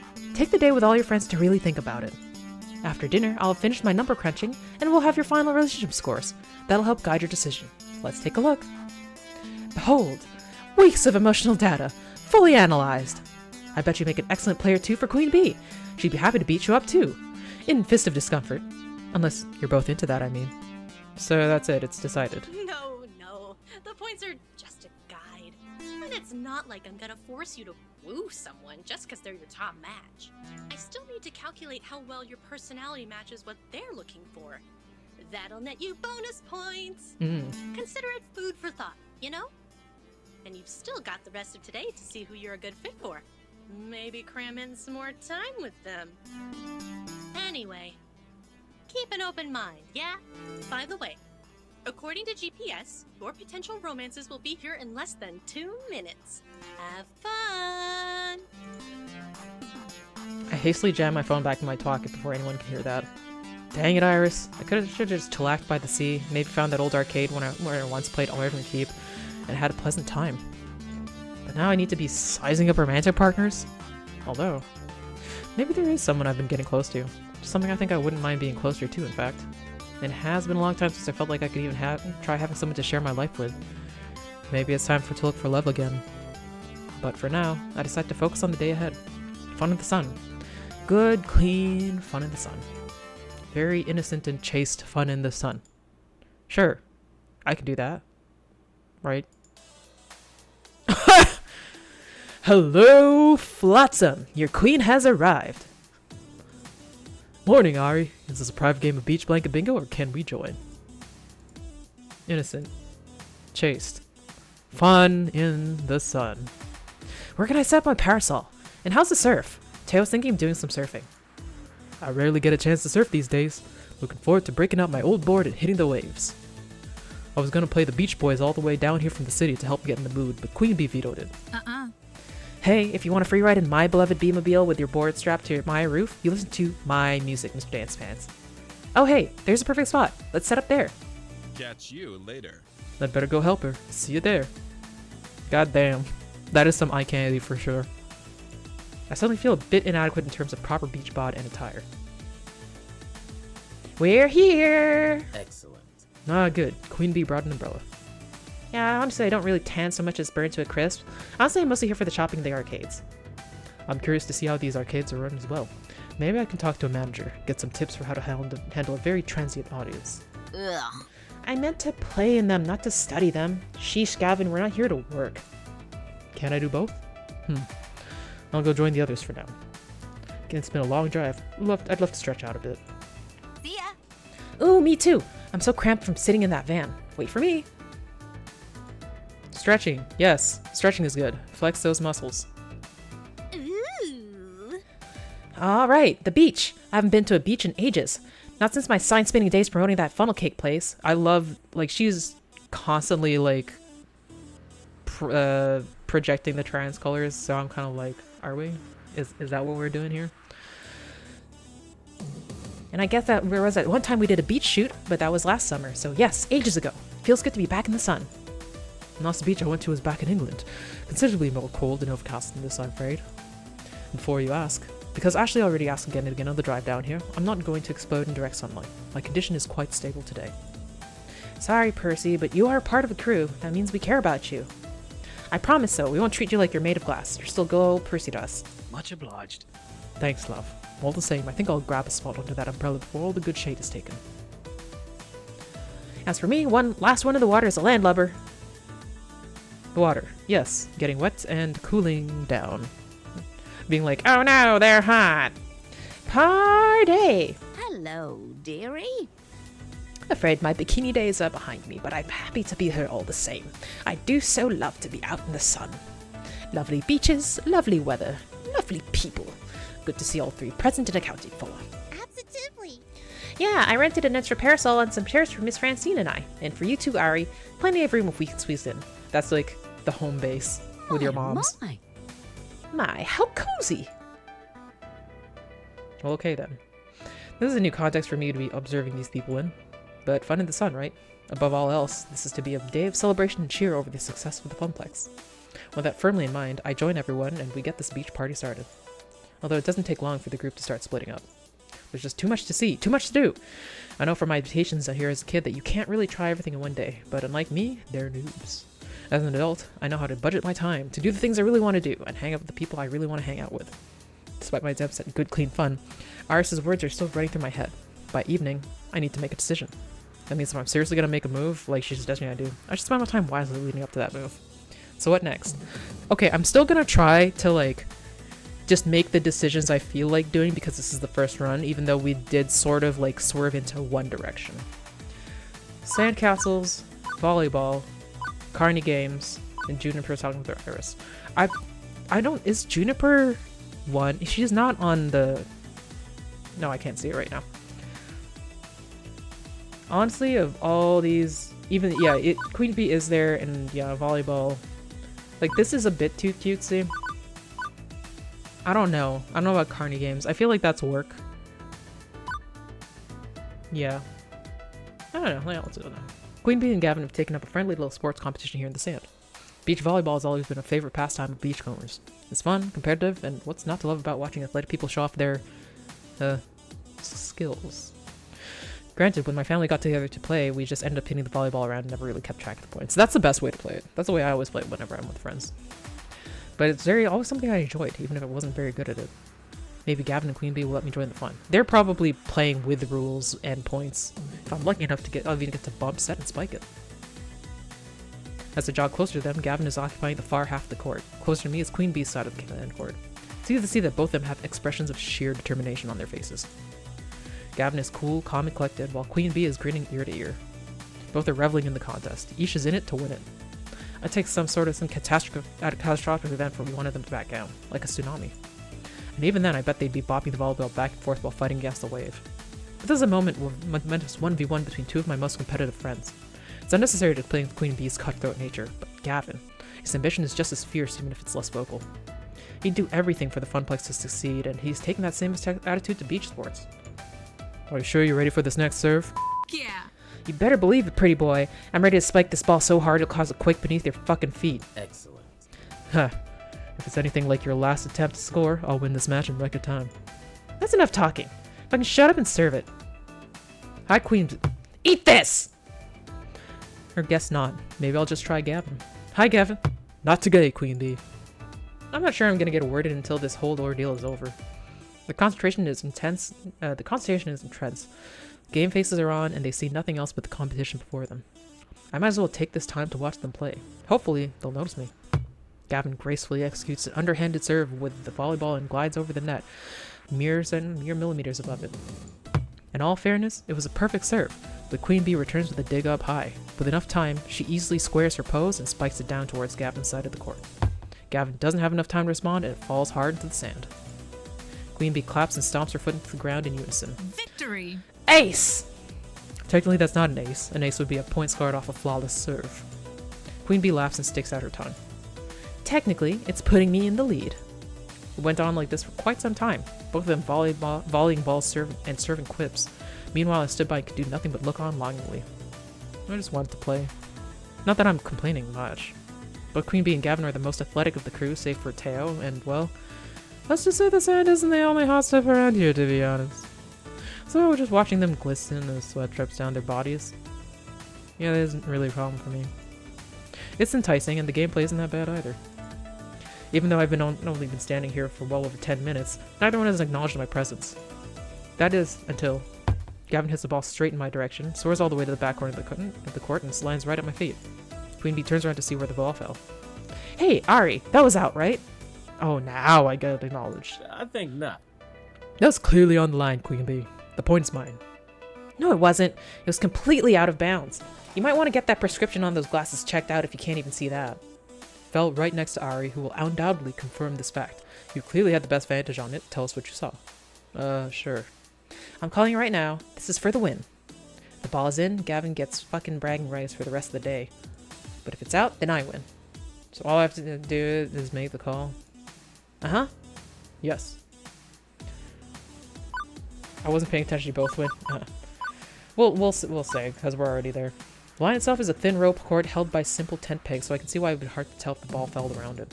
But I can say for sure I saw it fall outside the line. It was completely out of bounds. Sorry, Gavin.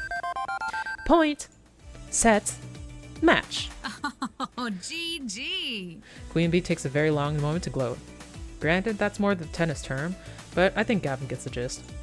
I thought for sure I was going to beat Queen Bee, but I miscalculated. You bested me fair and square. Shall we take a quick break? We each nod our heads in agreement as I quickly grab a couple water bottles laying on the sideline to toss to them. They gladly chug down the waters and smile widely. Thank you for the water, Ari. Yeah, I worked up quite a sweat playing. This hit the fucking spot. Still, I really want to play some beach volleyball. Guess that's not gonna happen now. Both of them look quite content to relax and chat in the sun for now. As if reading my mind, Queen Bee leans down and picks up the ball and throws directly at me. Think fast, Ari. Bump it, set it, spike it. Let's try spiking. Queen Bee threw it high enough that I can totally pull off a badass spike. I take a quick step forward before launching myself into the air. My palm connects with the ball and dart backs at Queen Bee. She simply bumps the ball over to Gavin, forming a triangle. We continue hitting the ball back and forth. This is exactly how my family would play. We'd all stand around and hit the ball to each other, trying to keep it from touching the ground at all costs. Gavin, Queen Bee, and I get really into it too, and several times one of us ends up diving to get the ball and get a face full of sand. Heh, I like the sand-swept look you've got going on, pretty boy. I can see you on the summer cover of Monsieur. If you're not careful, I'll carry you to the ocean and throw you in, then you'll be sporting that drowned rat look. Laughing alongside Gavin and Queen Bee while playing beach volleyball. It makes me feel so grateful for these friends. It was worth having to stand around for a while. What a perfect morning on the beach. We play a few more rounds of the Sanda's lava before we let the ball crash into the beach one last time. Very nice return, Ari. You should join us for the next match. I would if I didn't have other stuff I wanted to do. There's too much to do here and I've got to plan accordingly. I hear that. Looking forward to a stroll along the boardwalk myself. It's a good idea to take in as much as you can. I think I'll call it quits too. Slow your roll, pretty boy. You can't leave quite yet. Ah, right. We do have a score to settle. Let's finish this. I'll leave the gladiators to their final battle as I walk back along the beach awaiting my next adventure. So, what next? Sandcastles, carny games, Juniper's talking with her iris, it seems. I don't really want to sit and be on my phone. Maybe the games are a good idea. Yeah, I don't really want to make... Well, If it would tell me what kinds of sandcastles they're making, I'd be much more interested. Carny games. I really don't know what I want to do, other than, like, not sit and look at my phone. We were just outside, let's go inside. A number of little carny-style games have been set up along the beach independent of the boardwalk arcades. Ring tosses, squirt guns, things like that. Percy promised everyone he'd keep it low-key today as he recovers from his heart tremor. Tossing a few rings is definitely low-key. And it looks like even though he's keen to go surfing, Teo's keeping Percy company. But judging from the way those rings are just sort of bouncing off the balls instead of landing on them, the games are not going well. I don't get it. I'm usually much more coordinated than this. Don't think of it as a matter of coordination, Teo. More of a question of, well, let's say optimization. Percy's ring goes plink off a ball as well. What a shame! What a shame! You boys want to play again? Only another $5 for 3 tosses. It's a downright steal. I was trying to wonder if this is a steal in more sense than one. Now, nobody likes a sore loser, boys. It's all totally fair. Totally fair. Swear on your mum's grave, I do. All this old-timey carny banter's got my dander up, it does. I must confront this charlatan. Hey there, old sport. What kind of racket you trying to pull? What, cheating my friends? I believe in you. Let's win one of those spiffy prizes.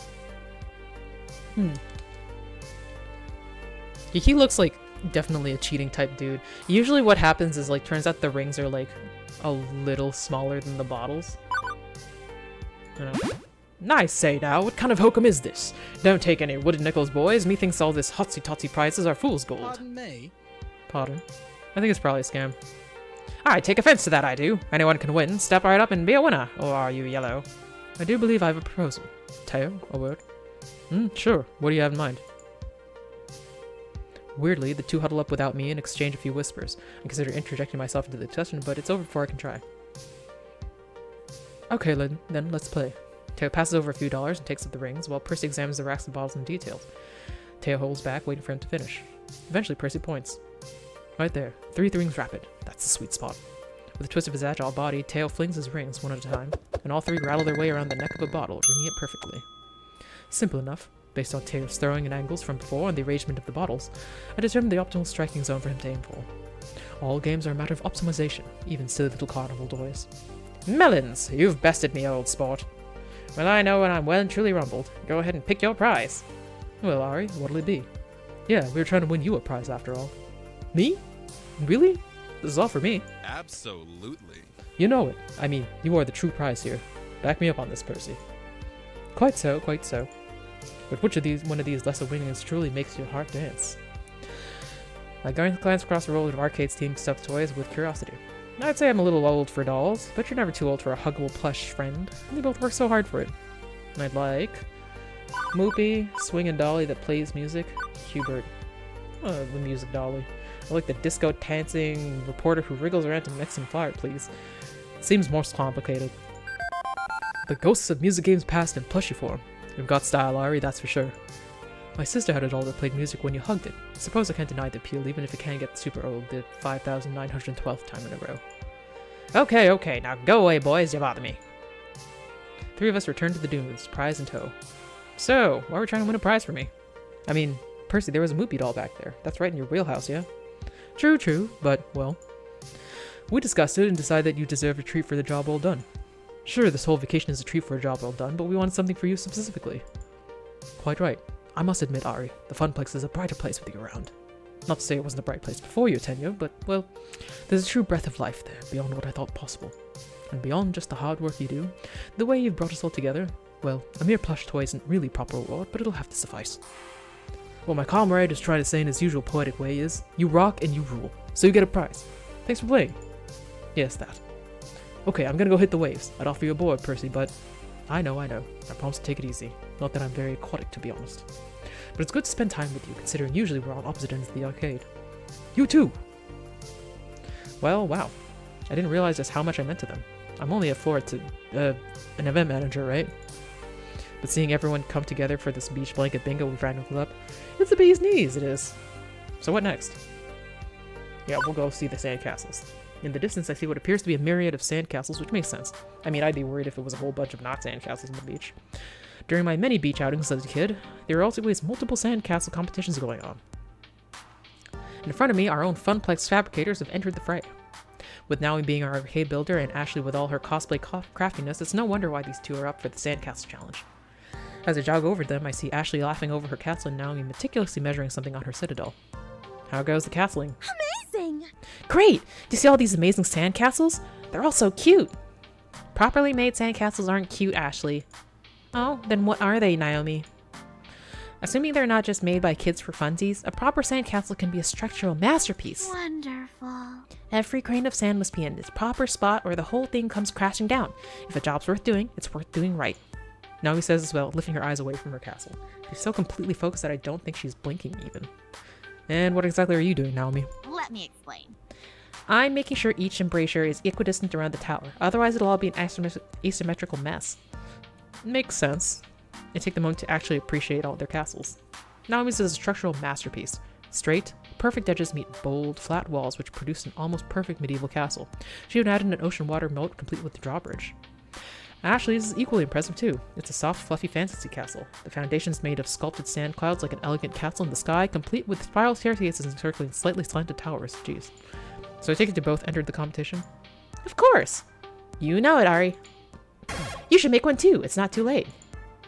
Yeah, I think there's still like half an hour left of the competition. And since it's at amateur level, latecomers are allowed. But both of you have made some extraordinary castles. My architectural skills are somewhat lacking in the sandcastle area. Those sound like some sad excuses. They're perfectly good excuses, Ashley. It's not like we're professional sandcasters either, Ari. It's not about winning. Naomi looks over at Ashley, who's giving her a smile accompanied by a questioning look. Okay, it is a little bit about winning. I mean, I'm super tryharding this and trying to win a perfectly constructed little castle. But for me, it's mostly about setting out a challenge for myself and completing it properly. There's nothing more satisfying than that. Plus, we'll be helping you do it. How do you plan on helping me start a castle while you'll be completing your own? Sounds difficult. We're almost done with ours anyway. Yep. If we had 3 castles in the competition, then that's one more chance for us to bring home the gold. Yeah. It'll be fun. Come on and join us. Yes. Join us, Ari! Join us! Hand over the tiny plastic shovel. I just rather help the both of you out. No thanks, Ari's good back here. Yeah, let's try. When I was younger, I remember watching sand sculptors carefully craft their castles. I would watch for hours just staring in awe. I made my fair share of them too, trying to imitate the professionals, but they never more than lumps of sand that vaguely indicated shapes. I'm not that competitive, but like Naomi said, it's for fun, so why not? I'm gonna need a bucket, a melon baller, and a funnel. Stat. Yes! That's the spirit, Ari! I just put the finishing touches on mine. Let me help you get the base started. Naomi, Ashley, and I dug our hands deep in the sand and started shoveling, pouring, and constructing. So, what are you gonna name your castle? Huh? You can't just make a castle and not give it an epic name. Ashley has a solid point. To give it a name is to give it a life. I've names for all my important tools back in the shop too. So beautiful. My soldering iron is named Melty. My multimeter is named Zappy. My ROM burner is named Sir Romulus Romanov III. Maybe not something quite that grand for mine. How about the Funplex? That's actually pretty boring, Ari. Both Ashley and Naomi bust up laughing. That's very appropriate. The Funplex is practically a castle, right? What if you make it look like the Funplex? It already looks like it, kind of. That's because the Funplex is just a box and we've only made the foundation for our castle. But if we can carve in the sign and the double front doors, Naomi happily starts putting the details on the sand Funplex while Ashley and I cheer her on. That looks good! Naomi, you're so good at having steady hands. You really should join me in making some cosplay. You'd be great. Making costumes does sound fun, but I'm not sure if I can handle all the pressure of people looking at me. I usually work alone, you know? We don't have to do it at a con or anything. We can just get dressed up and prance around at the forest. That's a bit more in my style. Well, maybe except for the bugs and poison ivy and stuff. We continue chatting as we construct the sand fun castle. Grain by grain, it takes semblance of the actual Funplex. We manage to finish it just in time before the judging commences. Here comes the judge. The officiant of the sand castle comes towards us and looks over the castles. With an arbiter's eye, they glance over ours and nod in respect of a job well done. I didn't even realize I was holding my breath in anticipation, and once the sandcastle judge leaves us, I let out a huge sigh. I think that's a good sign, right? The nod means we did it. Are we gonna win? There are still as many others out there to judge, but I'd say a nod counts nicely as a compliment. But which one? Whose sand skills will reign supreme? Ari, what do you think? Who's got the winner chicken dinner? Who, me? I'm not a judge of fine sandcastles. Just do it for funsies. Let's hear what you think.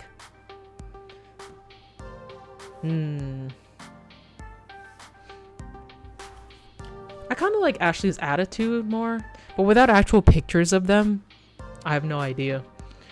It's kind of better to make something that's a bit more interesting, you know? So I'll go Castle in the Sky.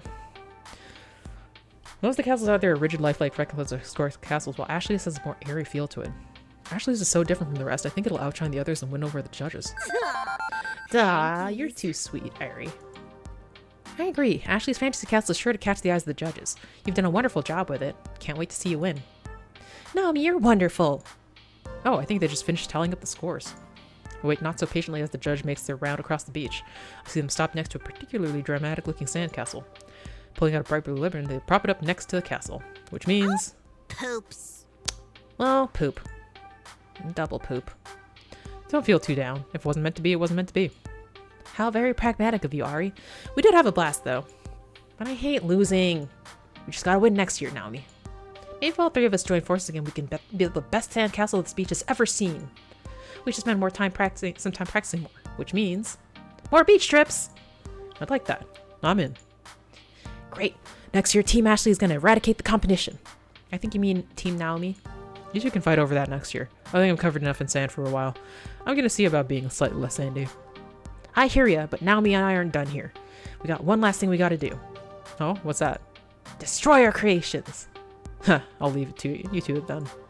I am a mighty dragon. Fear me, tiny sand people. Both of them smile wildly at each other and laugh. Walking away, I can hear the sounds of devastation behind me. I peek back one last time to see the castles come crashing down before I set my eyes forward. The noon sun's high in the sky, and honestly, it's getting kind of super hot out here. Like, heat exhaustion levels of hot. Well, this would be a good time to migrate towards the boardwalk. It seems there's one more thing in store for our little group. Alas, the Queen of the Beach is exhausted from being too awesome for words and is seriously considering hanging this bikini for a bit. I don't think this is a nude beach. Oh, if only. But seriously, I'd love to go hit the boardwalk for a bit, but Naomi's got some kind of surprise lined up for us over yonder. Really? Okay, be there in a minute. I wonder what this is all about.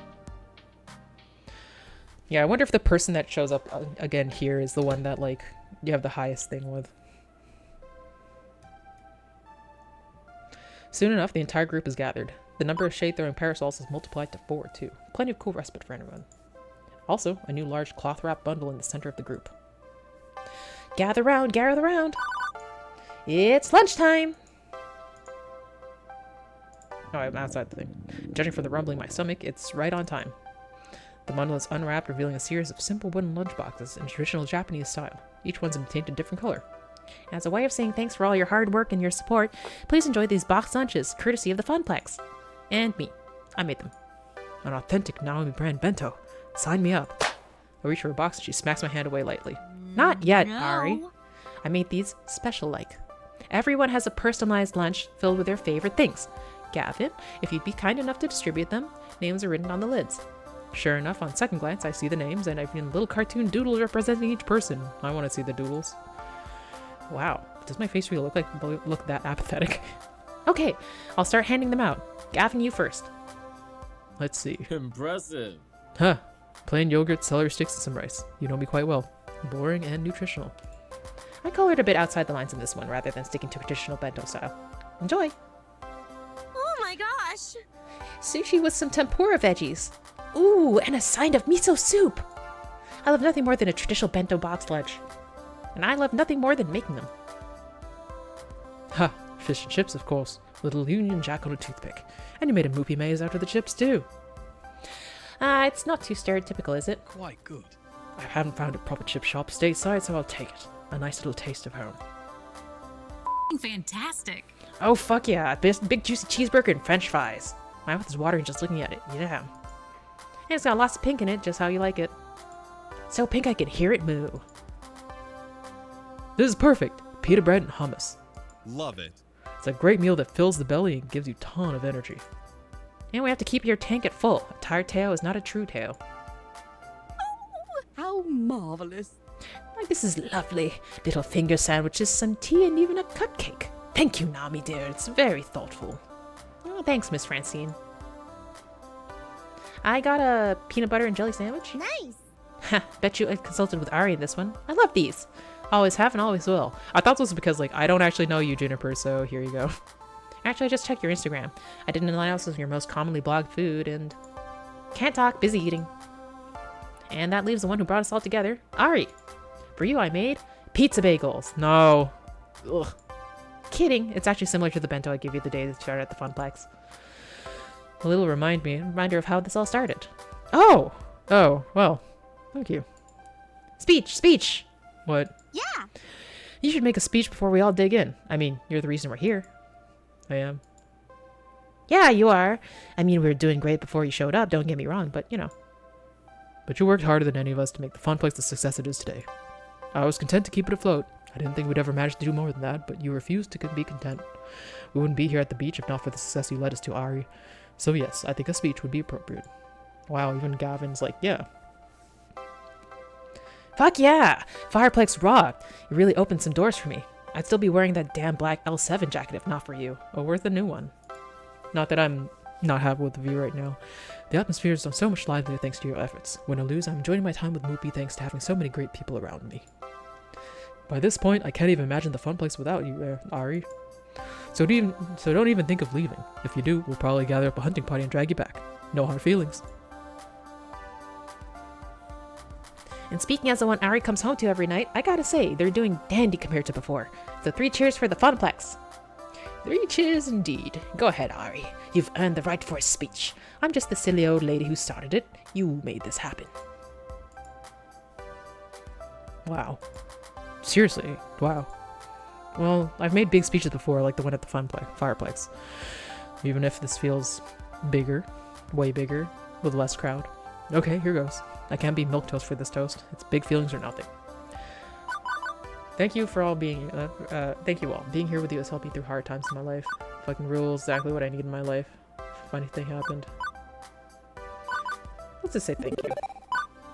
Thank you. Above all else, thank you. Thank you all. You don't know how much this family means to me. It's no great secret I was living in a state of depression before the Funplex. I just assumed life would always deal me a losing hand. But now, well, now through my friendships with you all, I found something bright and warm I can rely on. Something I can be optimistic about instead of pessimistic. I'm not silly enough to believe the hard times are gone for good, but I know I'm surrounded by good people who can help me see them through.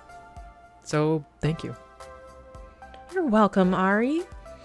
I think I speak for all of us when I say we feel the same way. Okay, good. On a roll. Let's see what to say next. Beach was my family's special place to be ours too. Boston Beach is the ticket for rewarding ourselves. All the sunflower and greasy food is their just desserts. We've all learned the occasionally adventures this year. Boston Beach is the ticket for rewarding ourselves. Yeah. You've all worked hard, now you get to play hard. Take a swim, do some shopping, swallow yourself in redemption game tickets. Flossom Beach has it all.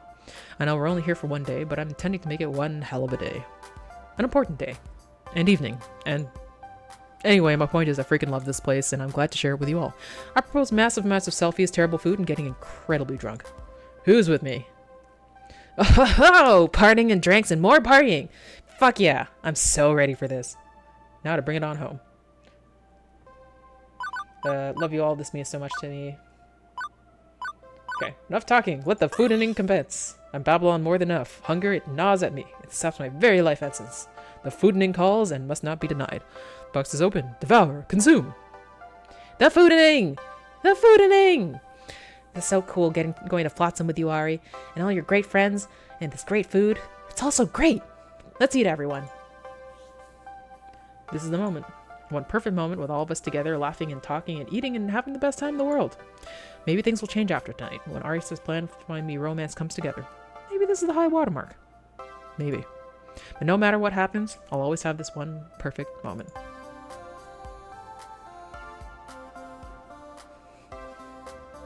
Afternoon slides in as the gang migrates from sandy shores to bustling boardwalk. Once you've had your fill of seaweed in your trousers, it's time to take a walk down the boardwalk and indulge in any number of side activities. No need to change out of your swim gear on either unless you're just going deeper into beach town, then you can just skip back and forth between the sands and the boardwalk. This is where real action happens. Shops, restaurants, and of course, arcades. Soon enough, the girls waiting up, trying to do as much as possible. I've got time to tag along with some of them. Who to hang out with? Checking out an arcade, obviously. Raiding candy store, okay. Chatting, having some funnel cake. Shopping for souvenirs. What do I want to do? This seems like work again. Candy store. Do I feel like candy? But this is like also... These are both sweets. Souvenirs. I feel like this is... I don't know, let's see. Juniper Francine looking at a little map of the boardwalk. It highlights all the shops, cafe, and art galleries along the route. I overheard them discussing it earlier in the day, and looks like they might have found one. Oh, looky! This is one called Drift Away. Cute! Oh, and they also do wine tasting. I'm a fan of wine. And tasting it. A nice after-lunch Merlot is always a nice treat, isn't it? Juniper and Francine are quite the odd couple, aren't they? But when I reflect on it, they've actually been spending some time together at the Funplex. Juniper is a self-proclaimed old lady at heart, after all. So no wonder they bonded over knitting cats and costume jewelry. Hey, mind if I join you? Of course not! Francine and I are just deciding on which art gallery to visit first. I've been in the market to find a unique sculpture made from driftwood, and what better place to get one than at the beach itself? That does seem like a wise choice. There is this one place that I must visit again. It's called Seascapes, and it's been open since I was a child. I know it's hard for you to imagine, but yes, old Francine was once young and spirited just like yourself, Ari. I bet you were the talk of the boardwalk, breaking all the hearts. My, oh my. Ooh, a lady never spills her secrets. But yes, I did have my fair share of summer romance here along the boardwalk. Ooh, go on. This I must know. Well, there was this one time that I snuck out in the middle of a moonlit night to meet my lover. It was quite exhilarating. Of course, we simply had to go skinny dipping. Please. No. Stop. If there's one thing I definitely don't need to know more of, it's my boss's love life. I already know too much from my interview with Francine. TMI. So, Seascapes! That was the name of the gallery. Let's go there now. Wait, I didn't catch the first time. But did you say the Seascapes? The Seascapes? The oldest art gallery on the boardwalk? The one and only. There's a lot of history in these old coastal towns. It also has an eerie past, didn't you know? Seascapes is totally haunted. Francine lets out a snort. Let's be sensible. Oh, sweet child, that's preposterous. Ghosts aren't real. But the Boardwalk Paranormal Society has deemed Seascape the most haunted place on the coast. As the story goes, the previous owner purchased a particularly gorgeous painting, but what the owner didn't know is that a painting was being possessed with a demonic spirit. So after buying the art and hanging it up in the gallery, the owner got very ill. It was a mysterious illness that no one could cure. Eventually, the gallerist passed, and their ghost haunted Seascapes to this day. Curiosity's got me after having experienced some unexplainably spooky stuff in the recent-ish past. I pulled my phone and looked it up. Juniper is not lying. I've heard several spooky stories about this art gallery. Maybe it's haunted by the memories of past, but surely you can't believe in such childish superstitions. Oh, dear. Ari, talk some sense to Juniper. What, me? Come on, Ari, back me up on this. Well, the truth is... You're totally unexplained. I'm not sure if I believe 100% in ghosts. At the manor, there are some weird goings on with the Polybius, but is it fair to call it paranormal? Maybe it's just math and microchips, like Iris said. I'm still waiting on science to prove me right or wrong on that. In good faith, I can't choose either one. Nothing in this world can prove or disprove the reality of ghosts. Sure, I enjoy spooky ghost stories as much as the next person, but do I believe them? Fair enough. We've watched enough Ghost Bros to know that sometimes people overact in those situations. Now I can't ignore that I do love an entrancingly scary story. So are we all in agreement then? Mm-hmm. Yep. To seascapes. One short walk down the boardwalk later, and we arrive at, well, I don't notice anything overtly haunted. I mean, the building itself isn't dilapidated, but it could use a new paint job and a new fence and maybe upgrade the windows. Being right on the boardwalk with wide open doorways, we can walk right in and hopefully not have the whole thing collapse on top of us. Okay, so it's a mess of a building compared to the other shops along the boardwalk, but it adds to the historic charm. To its defense, it does have a sign in the window that says free wine tasting, so I know Juniper will be ecstatic about that. Yes! Ooh, free wine tastings! That's a fun cue. I'm so thrilled. It hasn't changed in years. Still looks like how I remember it. Francine takes a deep breath as a smile creases her wrinkled cheeks. The only other times I've seen her this elated is when she's talking about the Funplex. She takes a moment's pause before walking through the door. Juniper looks over at me, side-eyed. Let's hope the only thing scary about this place isn't just their selection of reds. I hold back a cackle as I push open the door. A small bell rings with the most small shop in the strip, alerting the gallery owner of our arrival. Paintings adorn the walls, beautiful scenes of the ocean, sea life, and the boardwalk itself, each having its own unique style. There are copper statues of whale flukes and colorful glass-blown orbs mixed in among the paintings. Several people are talking in hushed tones around the gallery, and I notice Francine already has wandered off to an impressive selection of driftwood creations. Over here, dearies. I think I found the one. Already? You've been in here for 5 minutes. Honey, when you are as old as I am, you don't have that much time to sit around and deliberate about art. You go with what feels right. Follow your heart and all that jazz. But I wanted to peruse the art a bit more. I was hoping that maybe a ghastly hand would grab my shoulder. Or maybe it's an actual ghost. You can stay as long as you like. I'm in no rush. Yes! Come at me, ghosties! So Francine, what did you decide on? As a kid, visiting art galleries was never my prerogative, so I had no idea the amount of things you could make out of driftwood. Stick wreaths, candle holders, tables. Francine points to a heart, weaved together from several sea-worn branches. Simple. And meaningful. That's adorable! It reminds me of not only the many times my late husband and I would revisit the beach, but it also reflects my love for the ocean itself. How romantic! I hope one day my partner will buy me something like that. Ari, you've been my partner in crime for forever, and I want something to remember this trip by. If you have the coin, I'm sure Seascapes has the wares. What should I get? Will you help me choose something? I mean, it'd be going up in our apartment, so you should get a say in this. Sure thing, Juniper. It takes some time to go over my options. I need to find something that Juniper will like and cherish. This is an important decision. I don't want to choose the wrong thing and disappoint her. We've been through so much together, I want her to know how much it means to me. See anything worthwhile? I think I found the perfect thing. What do you think about? Beneath the ocean, a glass-blown sculpture of a jellyfish, this bottle of wine. I think that the glass-blown sculpture is a cooler thing. This is cute and peculiar enough, just like Juniper's tastes. She's sure to find satisfaction in this. I don't think you're ready for this jellyfish. Really? Juniper laughs and then realizing I was serious, quiets down quickly. Oh, I mean, it's really adorable. Jellyfish are just so weird. Stomachs, tentacles, and gonads. Isn't that all you need in life? I like an animal with a brain, personally, but to each their own. Thanks anyway, Ari. The sentiment isn't lost on me. Well, kids, I'm about done here. I don't have as much energy as you both do, and I think I'm ready for my afternoon nap. I'll walk you to the hotel, Francine. And a little afternoon siesta does sound nice, especially because there will be lots to do later on tonight. You're such a dear, Juniper. I think I might go back to see what other people are doing. Taking advantage of vacation is... Did any of you hear that? Hear what, dearie? Sound like a woman saying, save yourselves. No. Are you sure? I wouldn't lie about this. And did you feel that shift in temperature? It's just a sweet ocean breeze tickling your face. Don't let these ghost tales get to your head. Well, you're both just on your way out, so... Good point. See you later, Ari. Thanks for joining this old lady on her shopping expedition. Juniper practically drags poor Francine outside the gallery as fast as she can. Out of sight, I reflect once more on the allure of the art and make my way outside to see if I can tag along with others. Who do I hang out with? Let's get some fucking funnel cake. Sitting on some benches just outside a fried dough stand, Percy and Queen Bee are sharing a funnel cake dusted with white sugar. Seriously? You've never had this stuff before? Not much Connie Chow in England, I'm afraid. This is my first time visiting a beach in the colonies. The colonies. Wait, you can eat this, right? I mean, it's basically fried grease and sugar. Your heart won't explode? It's not an issue of artery congestion, and Lord knows I eat plenty of instant ramen and fast food. One little sugary treat won't be the tipping point. Oh hey, Ari, join us. Now we can eat this huge thing by ourselves. Yeah, they're fucking big. I settle in to pick up the delicious fried dough, just like I used to have back when we came here regularly. So Percy and I have been talking shop, and even if you aren't a pro gamer, maybe you got some valuable input, you know? See, our movieaholic buddy here doesn't believe in being a full-time professional gamer. Don't think so. It's not that I don't believe in it, I just don't see it as a stable occupation for a young person to undertake.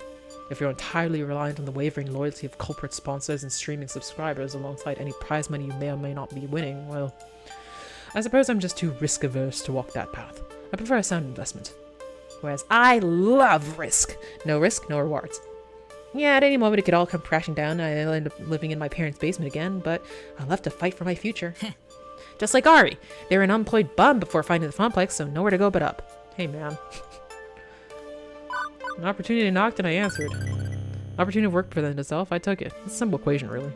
A job's a job. The Funplex is a fun job, but it's still a job. Right, but it's also a risky one, that's what I'm getting at. It's gainful employment in the end, but the only reason you aren't still eating pizza bagels is because you voluntarily took risks and made them pay for you. I'm not saying my path's for everyone.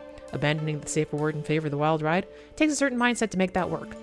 But I promise you that those of us willing to make that leap are having a more rewarding life as a result. Satisfying, not rewarding.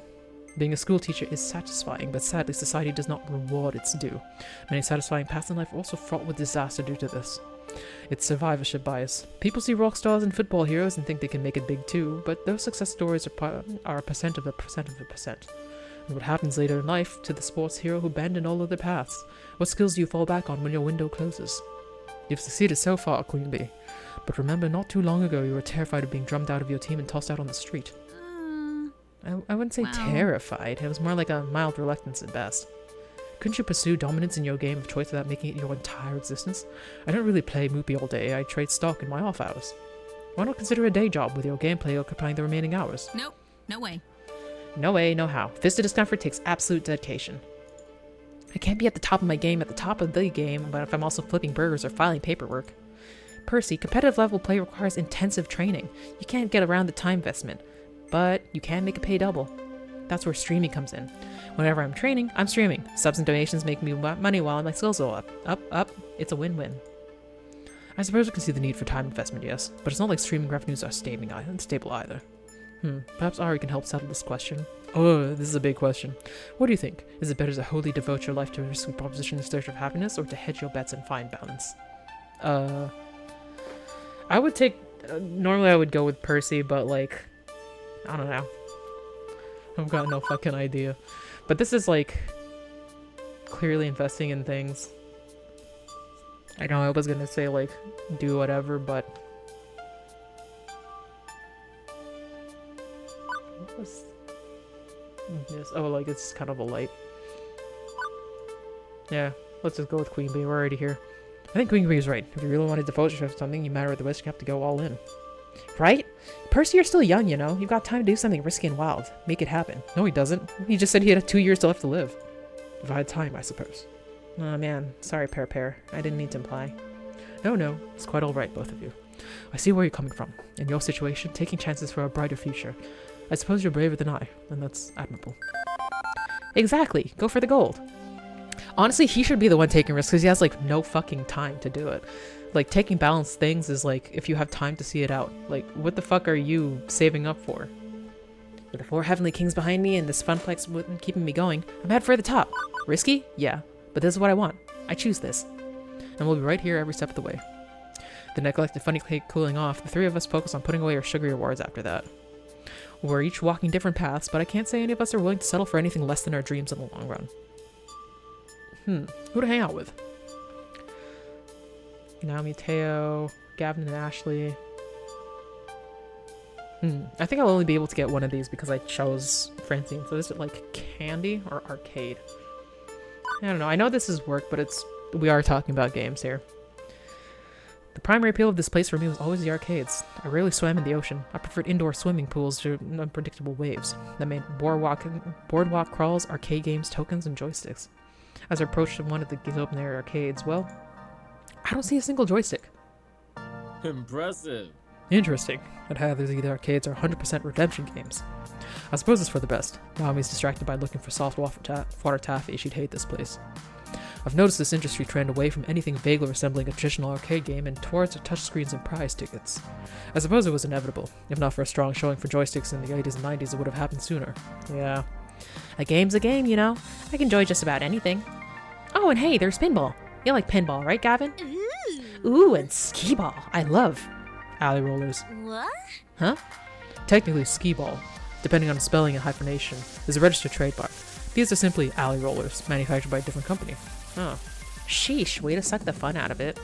Apologies for my innate killjoy nature. Allow me to make it up for you by actually having some fun. Is that even possible? Will your ultra cool guy exterior allow your inner softie to be exposed? If you'll let me finish, how about a alley roller contest? Each of us gets 5 tokens to score the most points. Whoever loses buys the other ice cream. Now we're talking. Hey Ari, want to join in? Make this a 3-way dance? Maybe all the joysticks are gone, but I'm certainly a long-time skee ball fanatic. I'd likely clean the floor with these two. Still. Yeah, let's go. You're gonna get it now. Take a shot at the skee ball wizard, you best not miss. That's the spirit. I can smell that victory ice cream already. And it smells like victory. Our coins rattle into the slot thinking about the metal chute. 5 tokens, highest cumulative score wins. I suppose if it's 3 players, the 2 losers split the cost of the ice cream. I remember playing tons of alley rollers back when I was a kid, roaming up and down the boardwalks of Flotsam Beach. Like riding a bike. Those are physical skills you never really forget. My grip on the gnarly old wooden ball feels completely natural, even now. We drop in our tokens and line up for first throws. It takes a few rolls for me to find my sweet spot, but eventually I'm right where I need to be in the scores. Which, unfortunately, can't be said of my coworkers. Oh come on! I should have landed that 1 hundo! Rather disappointing. These machines are a bit beat up from exposure play. I wouldn't be surprised if they're unbalanced. Or they're rigged like those Carney games Tam and Percy were playing earlier. But they aren't. I'm hitting my shots no problem. I could whisper some advice into one of them, maybe give them an edge. It's cheating, sure, but we're all getting ice cream in the end, so who cares? Psst, Ashley. I feel like Gavin wouldn't really appreciate shenanigans as much as Ashley, really. I lean into Ashley and whisper a hot tip. Aim for the 40-pointer with every throw. That way you'll always net a consistent amount of mid-tier points. Ooh. Instead of wildly aiming for a honeypot of 100 points, Ashley lines up for a shot right down the middle and scores a sweet throw. Soon enough, the game is over, with Ashley just barely pushing past my score and Gavin far behind. Ah, she beat me! Ah, well, I gave it my best. If it makes you feel better, I couldn't have won without Ari's solid advice. No, you were still the one making the throws. That's skill, even if they offer suggestions. Still, if you'd like to keep things fair, we'll split the ice cream cost 3 ways. Everyone's a winner. Indeed. Most importantly, we had fun. Arcades are meant to be places where friends can gather and have fun playing with each other. Beachside or in a shopping plaza with or without joysticks. That's our goal. Let's take back a list today that we should always endeavor to provide fun and first and foremost. Whatever shape it takes, that's our mission. Still find a way to turn this into a working vacation, huh? But an enjoyable one. We grab ice cream cones from a vendor on the boardwalk, swapping work stories and laughing and having a blast. This is probably the happiest I've seen Gavin. At work he's all business, but here he can crack a smile, even as he's analyzing arcades. And Ashley just exudes sunshine and cheer everywhere she goes. She's a good influence on him, clearly. But time's ticking, and I got other stops to make. Feels good being out and about with everyone. Away from the funplex, away from work, just friends having a great time in a place designed for great times. With our newfound success, I hope we can do this more often. Ugh.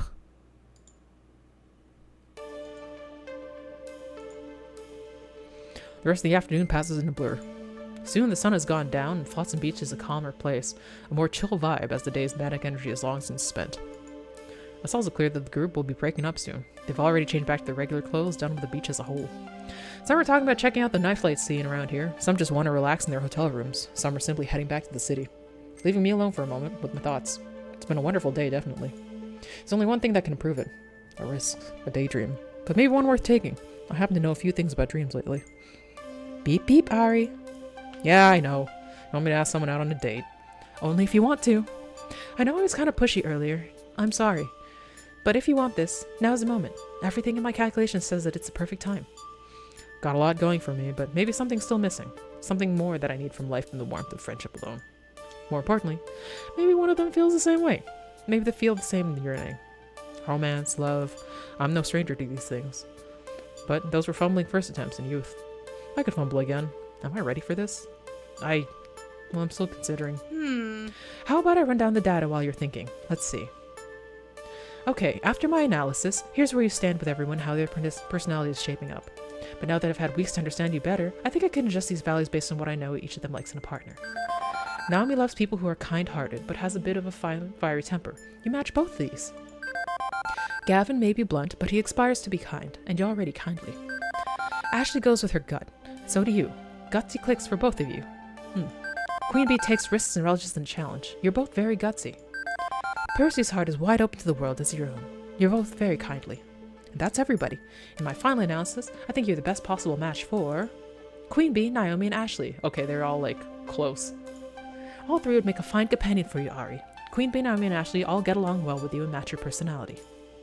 So, Queen Bee, Naomi, and Ashley. My sources say yes. Yes, I calculate you'll have the best probability of success with them. Numbers. All based on numbers. High score. It's interesting, like, you can actually get advice based on what you do, so it's not like you're just fucking around and getting some answer and, like, it being wrong. Like, depending on what you choose to do, they'll calculate, like, this person liked that better. So I kind of like that. What if they're just not into people like me?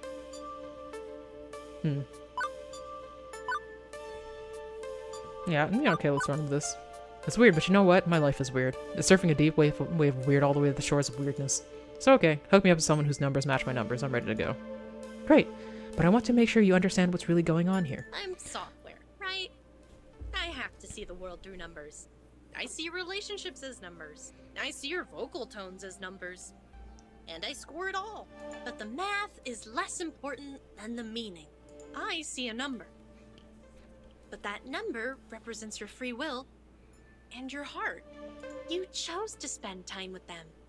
You shared good times with smiles and laughter, and sometimes even tears. This isn't like a dating website. You aren't asking a total stranger out just because the numbers match. You need to switch the causal relationship around. I need to ask for a causal relationship? Causal. As in the cause of. I did read it as casual You aren't first. spending time with them because of the numbers. The numbers exist because you wanted to spend time with them. And that's a good way of looking at it. You've been building these relationships for months. Now, you can take one to the next level. The numbers can be your guide if you let them. But follow your heart. Above all else, follow your heart. Okay? Okay, got it. Yeah, it was kind of like interesting how whenever I had to choose between certain people, they usually weren't paired up with another one that I really wanted. So like it was always Queen Bee versus Gavin or like Percy, who I was like, no, that's fine. Or like Ashley was paired up with Naomi a little, but I don't think I ever really wanted to get with Naomi. She would just end up being the person I clicked with first. Ashley, I've been like finding out more about as things go on. Teo is also a pretty cool person that I think I would like definitely go to as a next one. Percy, I'm just like interested because I know nothing about him, but like he's, I don't know, we'll see. But yeah. Okay, got it. Right. So let's not limit ourselves here. Of all those who are special to you, which one do you want to share your heart with? It's a big decision, but she's right. She's been watching me, listening to me, understanding me, but in the end it's my choice, and their choice to accept my love or not. Which one do I love? Which one should I approach? Yeah, we'll go with Queen Bee just because we're doing all that. Queen Bee! Just saying her name fills me with excitement. A romance— that's not even her name, though. That's her, like, fucking gamer tag. A romance with Queen Bee would be a whirlwind of passion. Her assertive nature and sassy flair really energize me. I want to be with the person who Queen Bee looks to. By her side, cheering her into victory, comforting her when defeated. I'm ready to join the sign a dotted line for Queen Bee's contract of love. I like your enthusiasm, Ari. I know that if you're true to yourself, everything will work out for the best. At least that's what I've learned from all your human love stories. Note to self. See if anyone's written any good finds app love stories. Thanks, Iris. I'm about to go, hopefully, succeed in my own human love story. Wish me luck. Iris waves bye to me as she shuts herself off, leaving me alone with my thoughts. The thrill of getting to ask Queen Bee on a date took over, and I could feel myself starting to get nervous. She's a local and internet celeb. She'll be out of my league. What if I'm not cool enough? Last time I checked, I was lukewarm at best on the cool scale. There's no way I'm anywhere as popular, attractive, intelligent, magnificent, perfect. Ooh. Nice jacket. And as I struggle with the thought of how unsuitable I am, the gaming goddess herself appears me out of nowhere. With a frown, she pockets her phone and then shakes her dour mood free as she turns to face me. Hey, kid. Oh, hey, Queen Bee. What a pleasant surprise to see you here standing next to me on the boardwalk, being all normal like. Yeah, that tends to happen when you and all your friends go on holiday together. Anyway, I'm getting straight to the point because I don't like beating around the bush, and I'm not a fan of sappy, fluffy bull. Just blunt honesty. Okay. So, do you want to join me on a date tonight? I love the directness. No room for, like, mistaking. I instantly blushed from head to toe. Here I thought I was going to have a muster up enough bravery to ask Queen Bee out, and bam, she intercepted and asked me herself. Don't get too excited there, kid. I was gonna go out with some friends of mine who live nearby, do an evening meetup in Flotsam, but, Queen Bee looks away, frowning at the ground. well, they bailed on me. Hardcore lame-ass style. We'd arranged everything a few days in advance, and now they aren't even returning my text. That's kind of fucking weird, and it's weird that I'm, like, the second thing. I kind of wonder if Iris shut off their phones, though. Don't do that, man. I swear, if those ladies aren't literally on fire or saving orphans from a building that is literally on fire, I'm having some harsh words with them later. Long and short of it is, nobody wants to just go out and have some fun. And I need cheering up. Pronto. Cheer me up, okay? I'm sorry, Queen Bee. That really sucks, but you know what? What? Fuck them. No one should ever deny Queen Bee what she wants. Do they not understand how amazing she is? You don't deserve this. Fuck that. You know what? They don't deserve you. Wow, you're cute when you're petty and vindictive, kid. Yeah. But hey, you're right. Fuck them if they don't want to hit the town with me and have a good time. I'd rather do that with you anyway. I mean, do they not know who you are? You're the Queen Bee. They should be honored that you even chose to grace them with your presence. This is too much. Ha, if it only is that easy. My non-gamer friends don't feel the same way as the rest of the FOD scene. Non-gamer friends? Does not compute. Right? It's hard to find people these days that don't play games, but let me tell you, they do exist. Case in point, my two best related friends. We've been friends since we were little tiny babies. Our mothers are all friends, so when we were born, we all became friends by proxy. I grew up with both of these ladies. We shared so much together over the years. We still all go on mother-daughter outings occasionally. It's complicated. But compared to them, I've always been the weird one. The loser, if you will.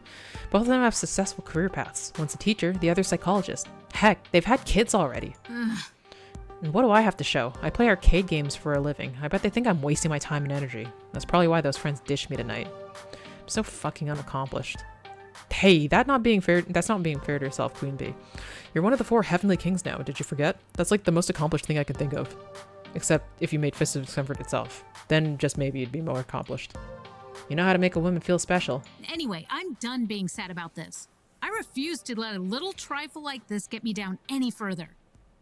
So let's go out and have a f***ing great time. Agreed, let's go. Wait, where exactly are we going? Somewhere fancy as shit. I'm a classy ass lady and I have classy ass needs. First off, drinks and food. Second, dancing. Third, a romantic stroll on the beach. That all sounds perfect, actually. I just don't know any of the classy ass places in Flotsam. Since we were more of a burgers family than a filet mignon family, whenever we came to the beach, we stayed mostly to the cheap eats. Lots of diners, drive-ins, and hot dog stands. I couldn't tell you what kind of fancy places exist here, if any. As I tried to pick my brain from somewhere befitting of Queen Bee's taste, she takes the initiative, once again. She pulls out her phone and starts looking up the local eateries. Not a lot of good choices in this beach city. Yeah, Flotsam isn't exactly Monte Carlo. Okay, let's see what I can dig up. Ew. No. Nope. Totally yuck. Gross. Oh, here's one. Not bad. 4 out of 5 stars. Cozy, trendy cocktail bar and diner with sea-inspired small bites. This place looks hella cute, so we are so going to Lagoon.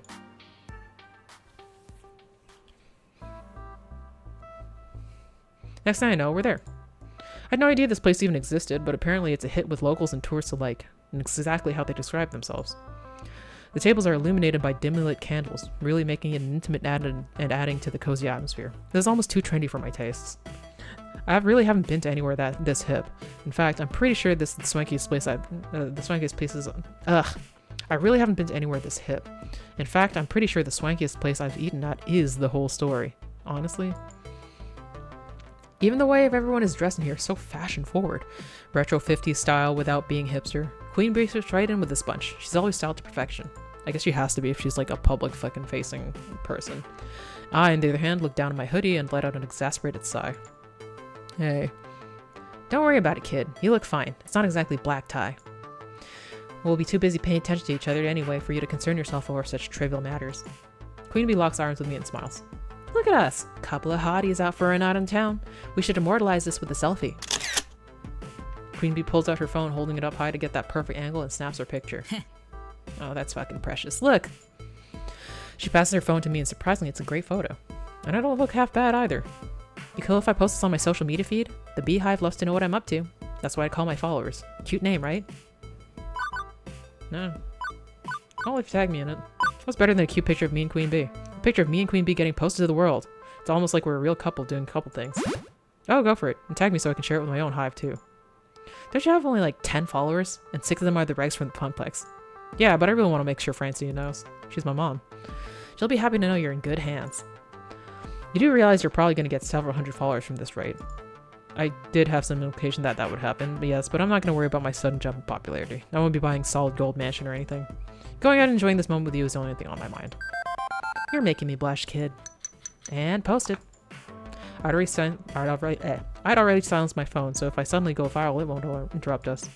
Although poor Iris may get slammed by notifications.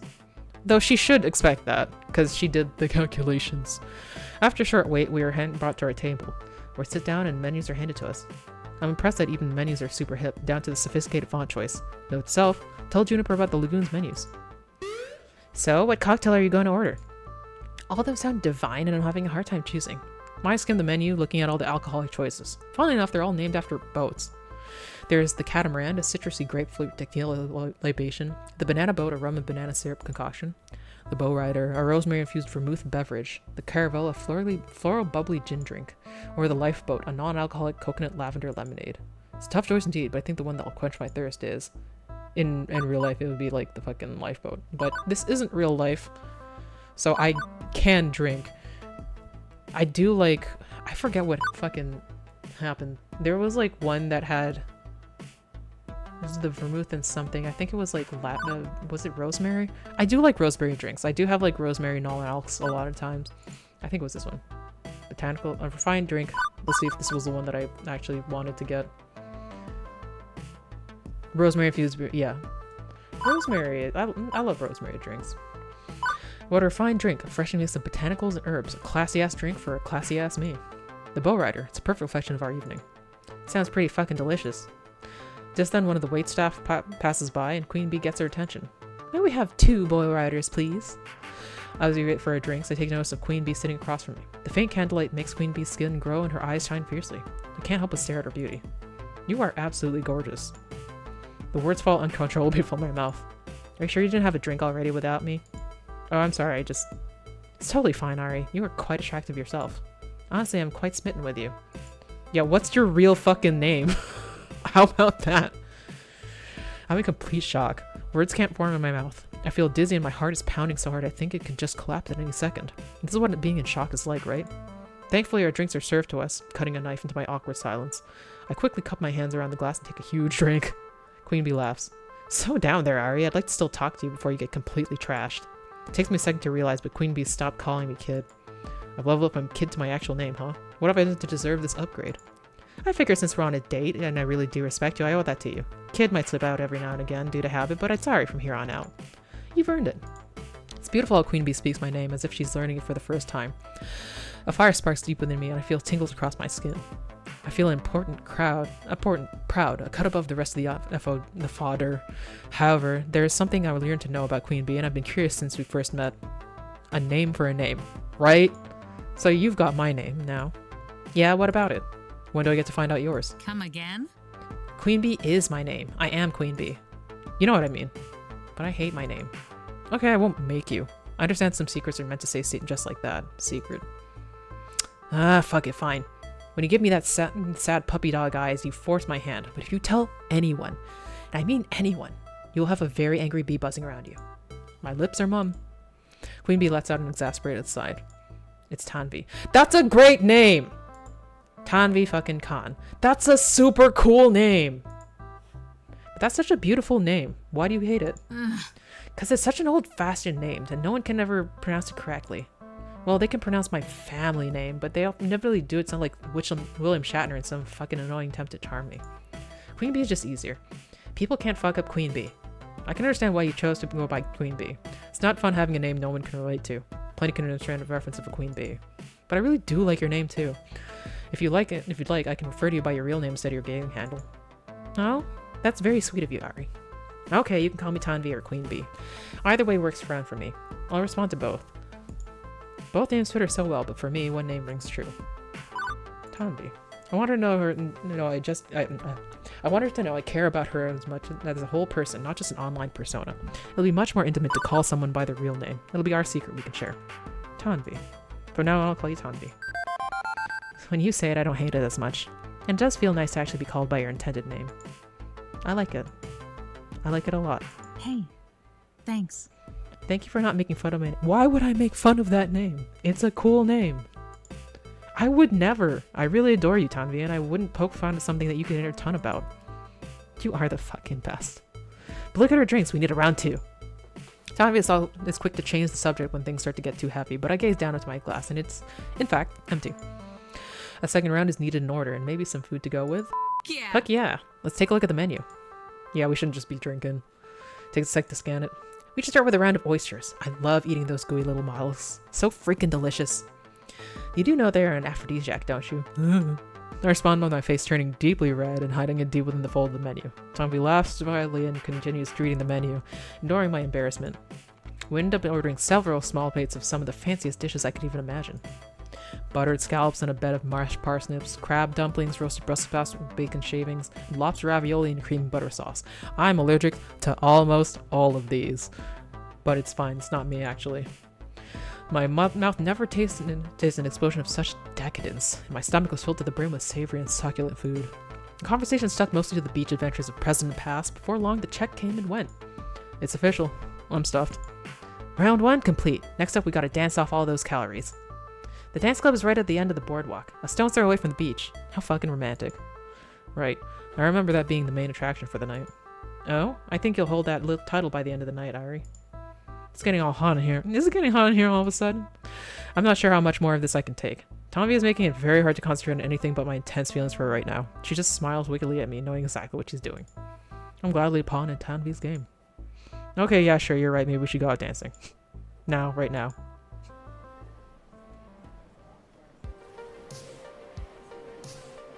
We called the taxi to get back to the boardwalk, and upon arrival, the dance hall is already bumping. People are standing around outside, roped off in a queue. Everyone is wearing their best dancing attire, high heels, form-fitting dresses, button-up shirts, and fancy slacks. Before we go in, I can really hear the oonce, oonce, oonce of the music. Not bad. I'm actually impressed. The nightlife in here in Flotsam isn't half bad. You chose a good little beach town, Ari. One of my favorite local DJs is playing here tonight, DJ Jazzy J. She's got the hottest beats back in the city. How lucky is it that she's followed us out here? Extremely lucky? I honestly know nothing of the nightlife. Isn't it nightlife here, but nor back at home. Clubs aren't really much my scene, but I'm willing to try anything to spend more time with Tanvi. You're so cute when you're out of your element. Let's get to it. She locks her arm around mine, and I can feel my core temperature raise. I think I'm ready to face the dungeon of sweaty, beautiful people, but there is one slight problem. How long do you think this line will take? Oh, my sweet, innocent Ari. I don't wait in lines. Rule number 1 of life, nothing is worth waiting for. Take the initiative. You've got to go out there and do it. But, you can't just cut the line. That's illegal. We'd be thrown in a dance jail. Don't think about cutting as so much as advancing our own position. One more thing. What is it? I need you to muster all the confidence you have and look determined as shit. You belong here. You deserve this. Like this? I put on my best steadfast face and fill my mind with nothing but resolute thought. I imagine one of those, serious Fist of the North Star renders of faces. I belong here. I deserve this. Simple and utter perfection. Tanvi leans in and kisses me on my cheek. Her lips are delicate yet compelling. Part of me wants to feel her kisses all over my body right here, right now. Whoa. With a newly inspired confidence, Tanvi leads me to the front of the queue. We approach the bouncer, a noble guardian of the club, the fabled checker of IDs. He lifts a hand up to us and we stop. Tanvi simply holds up her card, smiling fiercely. We're with Jazz.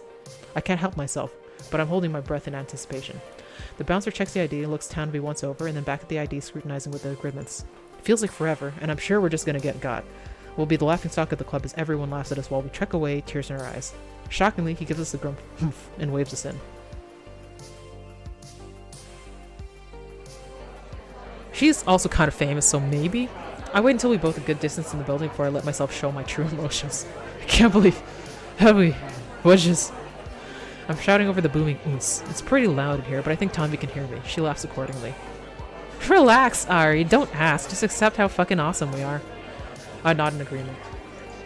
Before we get to dancing, let's get another drink. I look over at the bar area and there is a big crowd. All those people vying for the attention of the barkeep, most failing. Tommy pushes her way to the front with a mass of people, easily locks eyes with the bartender. With a few motions of her hand and words, she surprisingly is headed back to me with a couple of drinks. I just got us their hot cocktail. It's the easiest thing. I take the drink from her and we find a place in the far corner of the club. It's out of the way of most of the people and it's typically more quiet over here. I take a sip of the cocktail. It's tasty. Not what I expected. Well, I don't actually know what I was expecting. But it's good. Tanvi and I continue to take sips of our drinks and exchange provocative glances. We are a mess of smiles, giggles, and looking away sheepishly. The music and the crowd are still too loud for us to properly have a conversation, but we don't need words to communicate. Tanvi smirks at me. As she scoots in closer to me, she rubs her leg against my own.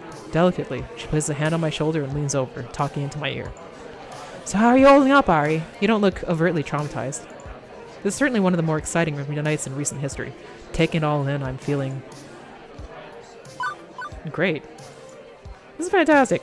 I'm loving the party, the atmosphere, and digging the tunes. Liquor is hitting me just right, and ready to strut myself on the dance floor with Tanvi. I'm so ready to get my dance on. Would you like to join me? Fucking know it. But I'm ready for the right song with the right beat to really go out on the dance floor. That's true. You need the one that just makes you lose your fucking mind. As if on cue, Tanvi crooks her head, catching the beat she's been waiting for. She jumps out of her seat, grabs a hold of my wrist, and leads me deep into the dancing crowd. People are jumping up and down, gyrating their hips, shaking one's booty. Tanvi forces her way through several people, not even taking the time to notice the squeeze through, too entranced by the music. But soon the crowd noise falls away. My focus is entirely on Tanvi, the beat, and the swaying of her hips. Once we make it through the inner circle of the crowd, we find a place on the floor that's not shoulder to shoulder. Feeling the electrifying energy, we dance without hesitation. I may not know all the current club moves, but I don't let that stop me. Both Tanvi and I are laughing and smiling and moving our bodies. As a particularly sick beat drops, Tanvi and I lock eyes and she sways closer to me, swinging her hips alluringly. She closes the distance between us, our bodies touching, rubbing against each other. Outstretching her arms to the sky, she twirls her arms to the beat and I respond with bobbing my shoulders. Our eye contact doesn't break and it's powerfully intense. I'm drawn in and it's hard to let go. Eventually, the music stops. It's time for DJ Jazzy J to take her break. I'm sweaty and sticky and smiling from all the fun we just had. Tanvi winks at me. Would you like to go somewhere more secluded? Shall we take this outside? I'd like that very much.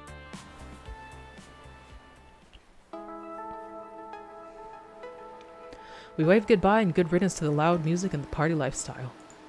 What greets us is the Silurian sounds of the ocean, the soft cry of the waves clashing atop the sand, the delicate song of the breeze as it gently nips at our skin, the silence of the stars. Tanvi clings onto my arm and we currently walk along the shore. For several minutes, we say nothing, step by step, just enjoying the quietness of each other. We walk off the tipsiness from the drinks, the bebop of the club, the ache in our muscles from the day. We disregard it all. In this moment, it's me and Tanvi. I wouldn't have it any other way. Tanvi leads gently into me and lays her head against my shoulder. Ari, ever since I've known you, you've treated me with respect. Of course I respect you, Tanvi. Of course, you treat me like an actual fucking real person. So many people treat me as if I'm some celebrity and try to woo me for their own pride. Others just blatantly troll me because I'm a woman. I just want to be treated, like most people want to be treated. And you do, Ari. So thank you. Once again, I feel my heart quicken and my cheeks flush. The mood is perfect and I just want to be even closer to Tanvi. I turn to face her, taking her hands in mine. Our fingers intertwine and I look in her eyes. You're the best, Tanvi.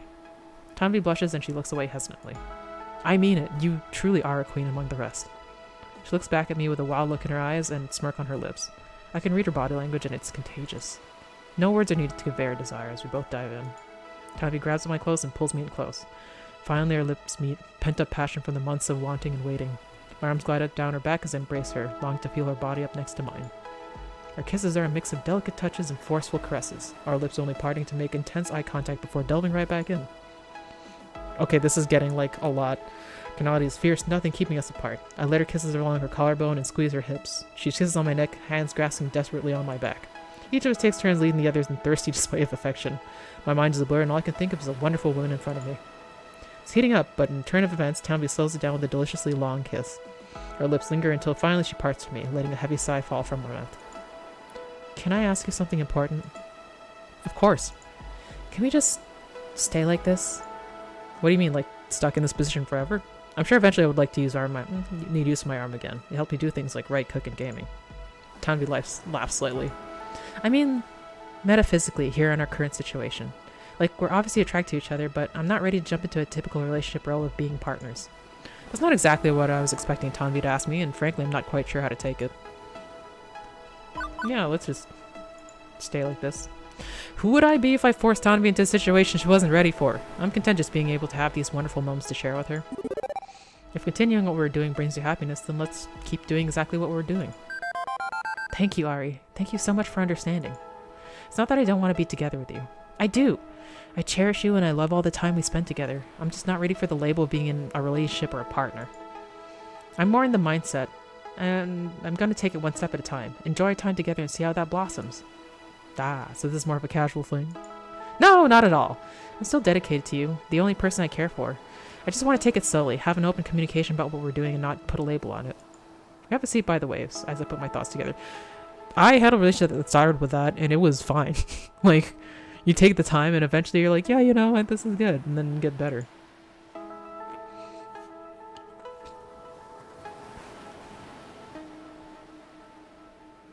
She looks very different over here, but kind of mermaid-like. It's nice. I think I get it. Everything's still gonna be the same. We're going at a slower pace, not going around saying so-and-so is my partner. Exactly. I've been hurt with too many people in the past, and right now I don't want to fuck anything up going into this new experience with you. Pardon my ambiguity in the matter. This is just what feels right in the moment. I understand about being hurt in the past, and if this is what you need, I want to be the one by your side during this time. One quick other question. Shoot. If I'm not calling you my partner, what should I call you? You may call me my queen, of course. Okay. Tanvi throws her head back and laughs, breaking up the seriousness of the conversation. Something tells me she's only half joking, half being serious, and I can't help but laugh along too. But seriously, whatever feels comfortable. The person I spend my time with romantically, physically, and emotionally works. Situationship. We can reevaluate things as they continue to grow, and as we continue to change. Tanvi smiles warmly at me, and I smile back. She's so brave to want to talk openly about her feelings, and it makes me appreciate this moment even more. Now, where were we before I interrupted our carnal conversation with words? Oh. I rest my hands on Tanvi's cheek and kiss her gently. Right here. She leans into me, kissing me back, and the tension beginning to mount again, as we spend the rest of the night entangled in each other's arms. I'm pretty sure this isn't, like, an R-rated, and that's how Queen Bee and I found each other. I'd call our lunchtime party the high water mark, one more for one time, but I was wrong. This was it. And in the difficult weeks ahead, I cling to that high water mark in the hope that the wave would roll my way again.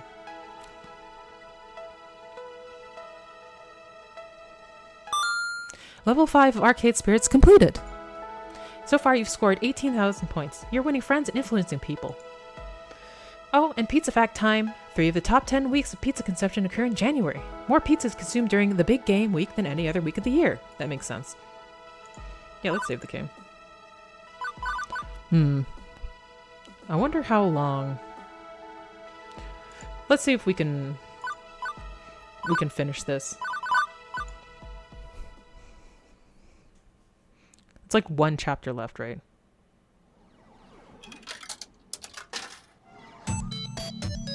Hit the lever!